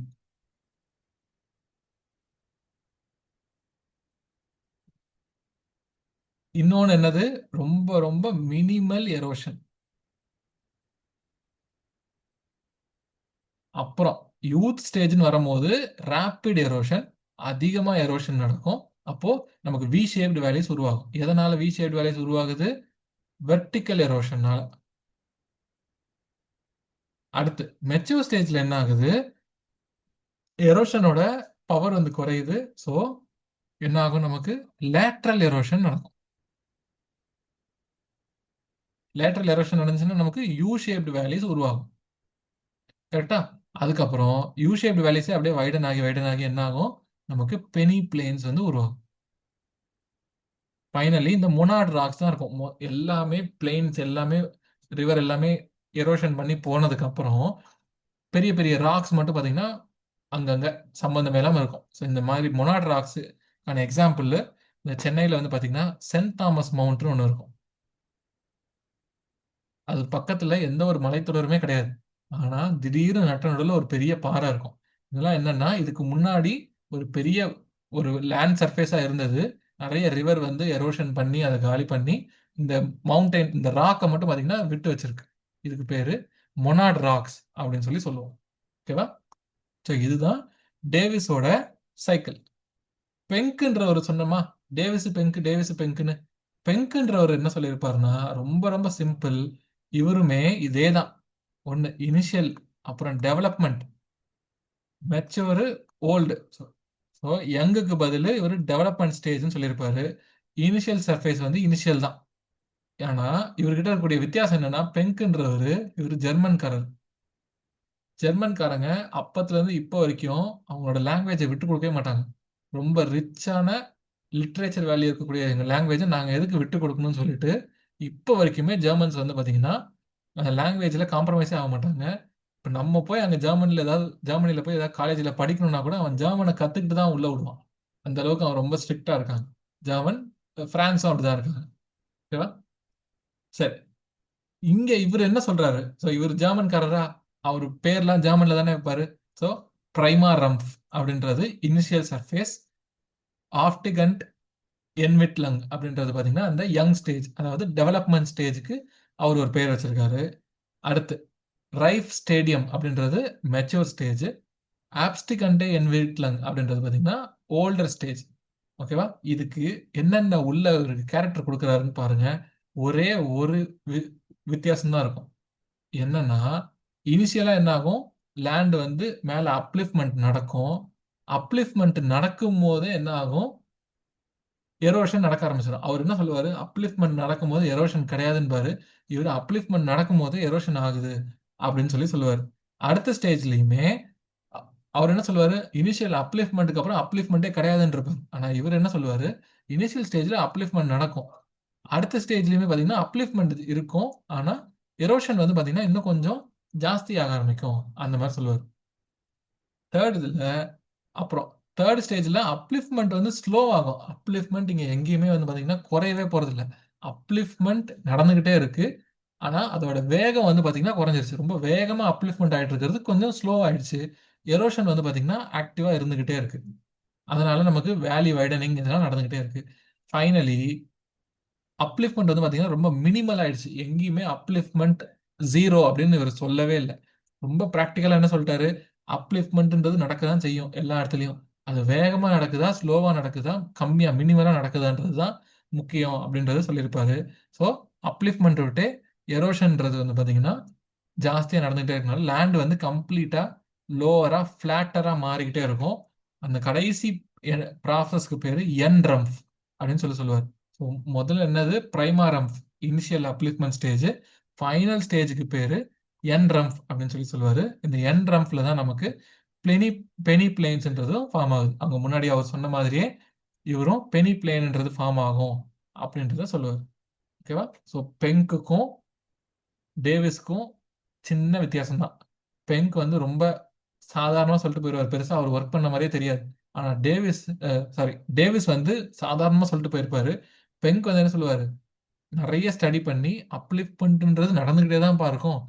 அப்லிஃப்ட்மெண்ட் அதிகமா இருக்கா, எரோஷன் ஜாஸ்தி இருக்கா, அதுதான் முடிவு பண்ணும். ஸோ அப்லிஃப்ட்மெண்ட் நிறைய இருக்கு, எரோஷன் வந்து கம்மியா இருக்குன்னும் போது லேண்ட் வந்து பில்ட் ஆயிட்டே போகும்.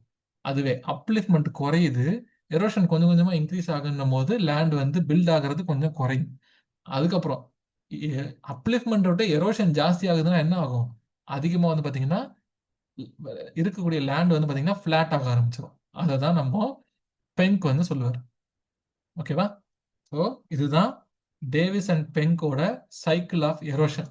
இந்த இந்த நம்ம பார்த்த ஏரியாஸை தாண்டி டேவிஸ் பெங்க்ல இருந்து கேள்வி கேட்கறதுக்கு இப்போதைக்கு யாருமே இது வரைக்கும் கேள்வி கேட்டதே கிடையாது. கேள்வி கேட்குற இடமே இல்லை. ஸோ இதுதான் Davis and Penck cycle of erosion.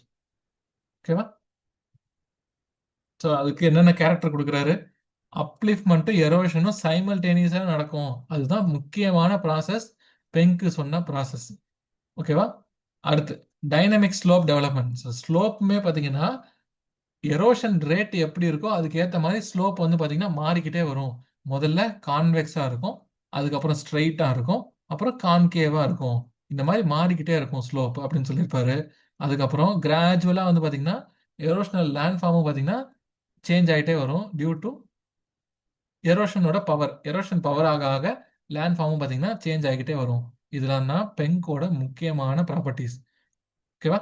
So பெங்க் and Davis இவங்க ரெண்டு பேரோட அந்த டிஃபரன்ஸ், அப்புறம் ஆளாளு என்னென்ன சொன்னாங்க அப்படின்றது புரிஞ்சிருச்சா?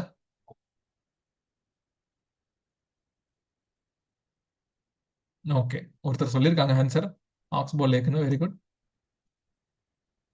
இது வரைக்கும் ஏதாவது டவுட் இருக்கா? பெங்க் அண்ட் டேவிஸ் நம்ம ஆல்மோஸ்ட் ஜியோமார்ஃபாலஜியில் இருக்கக்கூடிய முக்கியமான அதிகமாக கொஸ்டின் கேட்கக்கூடிய எல்லா ஏரியாஸுமே இதோட கவர் பண்ணி முடிச்சிட்டோம். இதுக்கப்புறம் நம்ம ஆரிஜின் ஆஃப் எர்த், அது ஒரு ஜாலி கதை தான், அடுத்த கிளாஸில் பார்க்கலாம்.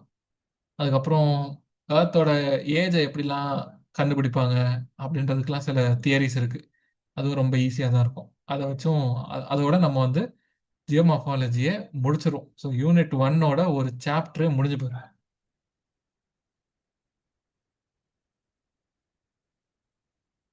டேவிஸ் பெங்க்ல ஏதாவது டவுட் இருக்கா? எல்லாரும் கொஞ்சம் இன்ட்ராக்டிவாக இருந்தீங்கன்னா கிளாஸ் இன்னும் பெட்டரா, இன்னும் ஒரு பெட்டர் எக்ஸ்பீரியன்ஸ் இருக்கும். எனக்கும் இது சொல்லலாம் அது சொல்லலாம் நிறைய ஆசை ஆசையாக இருக்கும். இல்லைன்னா நம்ம வரும் கிளாஸ் மட்டும் பார்த்துட்டு வேற எதுவும் எக்ஸ்ட்ராவாக டிஸ்கஸ் பண்ணாமலே போயிடும்.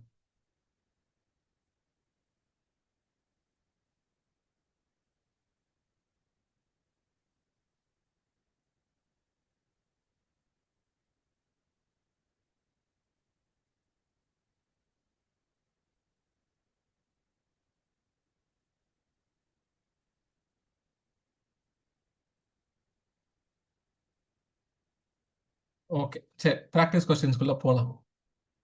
எல்லாரும் ஆன்சர் பண்ணுங்க இதுக்கு மட்டும். ஓகேவா? ஃபர்ஸ்ட் கொஸ்டின் பழைய இதுல இருந்து வரும். கட்டன்பர்க் டிஸ்கண்டினியூட்டி எங்க இருக்கு?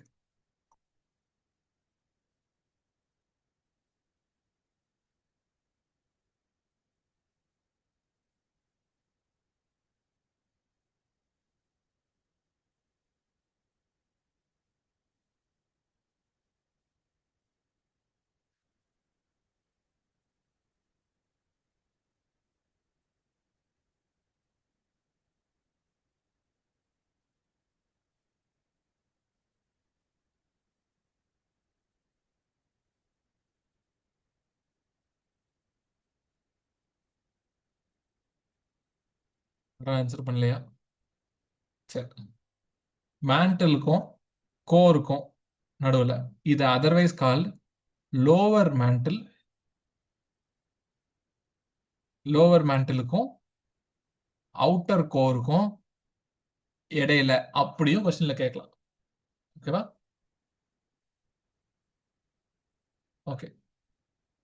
டைரக்ஷன் ஆஃப் லைன் ஆனா இன்க்ளைன்டு ராக், இது நம்ம என்ன சொல்லுவோம்? ஒரு ஹரிசாண்டல் லைன் இருக்கு, அதுல இருக்கக்கூடிய இன்க்ளைன்டு ராக் சர்ஃபேஸ்ல இருக்கக்கூடிய டைரக்ஷன் ஆஃப் லைன், இதை நம்ம என்னன்னு சொல்லுவோம்?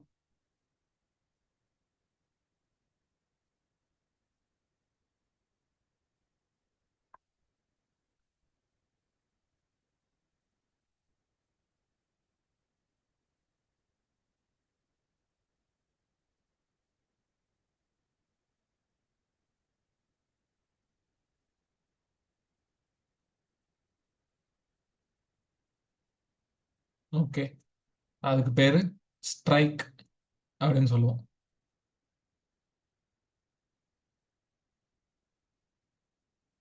ஓகே, ஒரே கொஸ்டின். Moho discontinuity.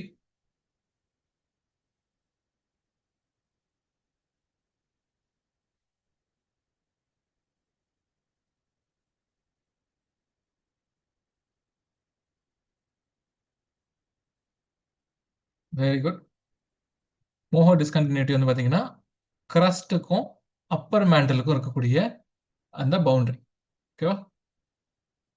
சரி. அடுத்து, which of the following is not directly related to magnitude of earthquake? எர்த்குவேக்கோட மேக்னிடியூடோட டைரக்டா ரிலேட் ஆகாதது எது? நாட்டுன்றது வார்த்தை இருக்கு, கவனமா.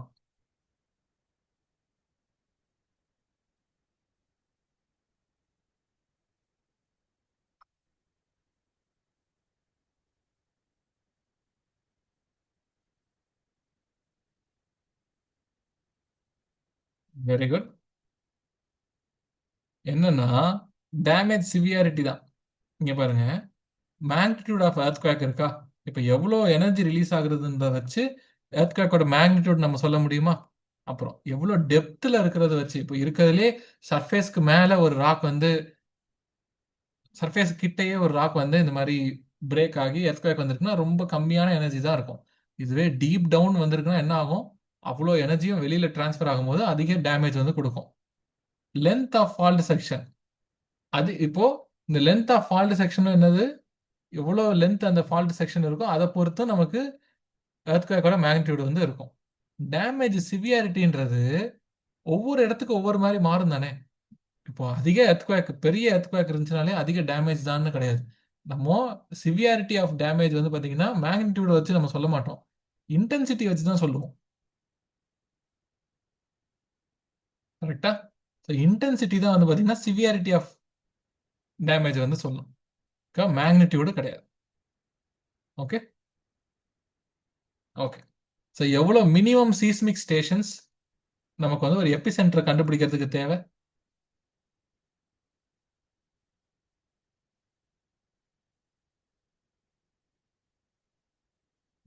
Very good. Easy answer, 3.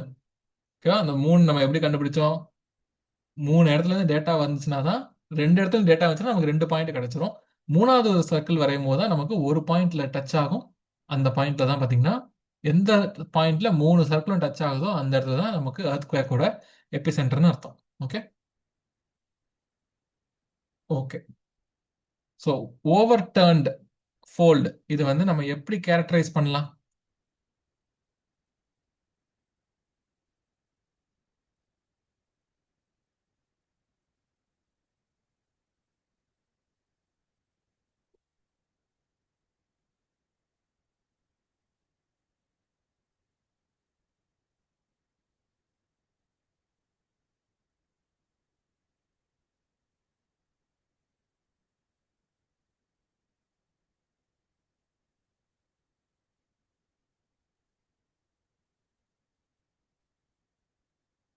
Very good. Simple. இது வந்து நார்மல் ஃபோல்டு. இதுவே ஓவர் டேர்ன்ன்றது இது வந்து நம்ம ஓவர் டேர்ன் சொல்லுவோம். நடுவில் வந்து பார்த்தீங்கன்னா பிளேன், ஆக்சியல் பிளேன். இப்போ இந்த ஆக்சியல் பிளேன் வந்து ஓவர் டேர்னில் என்ன ஆகுது, ரெண்டு லிம்பும் வந்து பார்த்தீங்கன்னா ஆல்மோஸ்ட் சேம் டைரக்ஷனில் தான் டிப் ஆகுது. ஒன்று வந்து பார்த்தீங்கன்னா டில்டட் பியாண்ட் வெர்டிகல், நேராக இருந்ததை தாண்டி ஒன்று வந்து இந்த மாதிரி ஃபுல்லாக டில்ட் ஆகிருக்கனால இதுக்கு பேர் ஓவர் டேர்ன்டு ஃபோல்டு அப்படின்னு சொல்லி சொல்லுவோம். ஓகேவா? Okay. So end of today's class. So நாளைக்குமே நம்ம இன்னும் ரொம்ப அடுத்த கிளாஸ். ஸோ நெக்ஸ்ட்டு இன்னைக்கு டியூஸ்டேவா, அடுத்து வந்து பார்த்தீங்கன்னா தேர்ஸ்டே உங்களுக்கு அடுத்த கிளாஸ் இருக்கும். ஸோ நம்ம தேர்ஸ்டேவோட ஜியோமார்ஃபாலஜி வந்து பார்த்தீங்கன்னா கம்ப்ளீட் பண்ணிடுவோம். ஸோ அன்னைக்கும் உங்களுக்கு லென்த்தியான செஷன் இருக்காது, இந்த மாதிரி 10-15 மினிட்ஸ் முன்னாடியே முடிச்சிடும். ஓகே. ஸோ ஏதாவது டவுட்ஸ், ஏதாவது பேசணும்னா பேசலாம், ஏதாவது டிஸ்கஸ் பண்ணணும்னா பண்ணலாம். வேறு எதுவும் டவுட்ஸ் இல்லைன்னா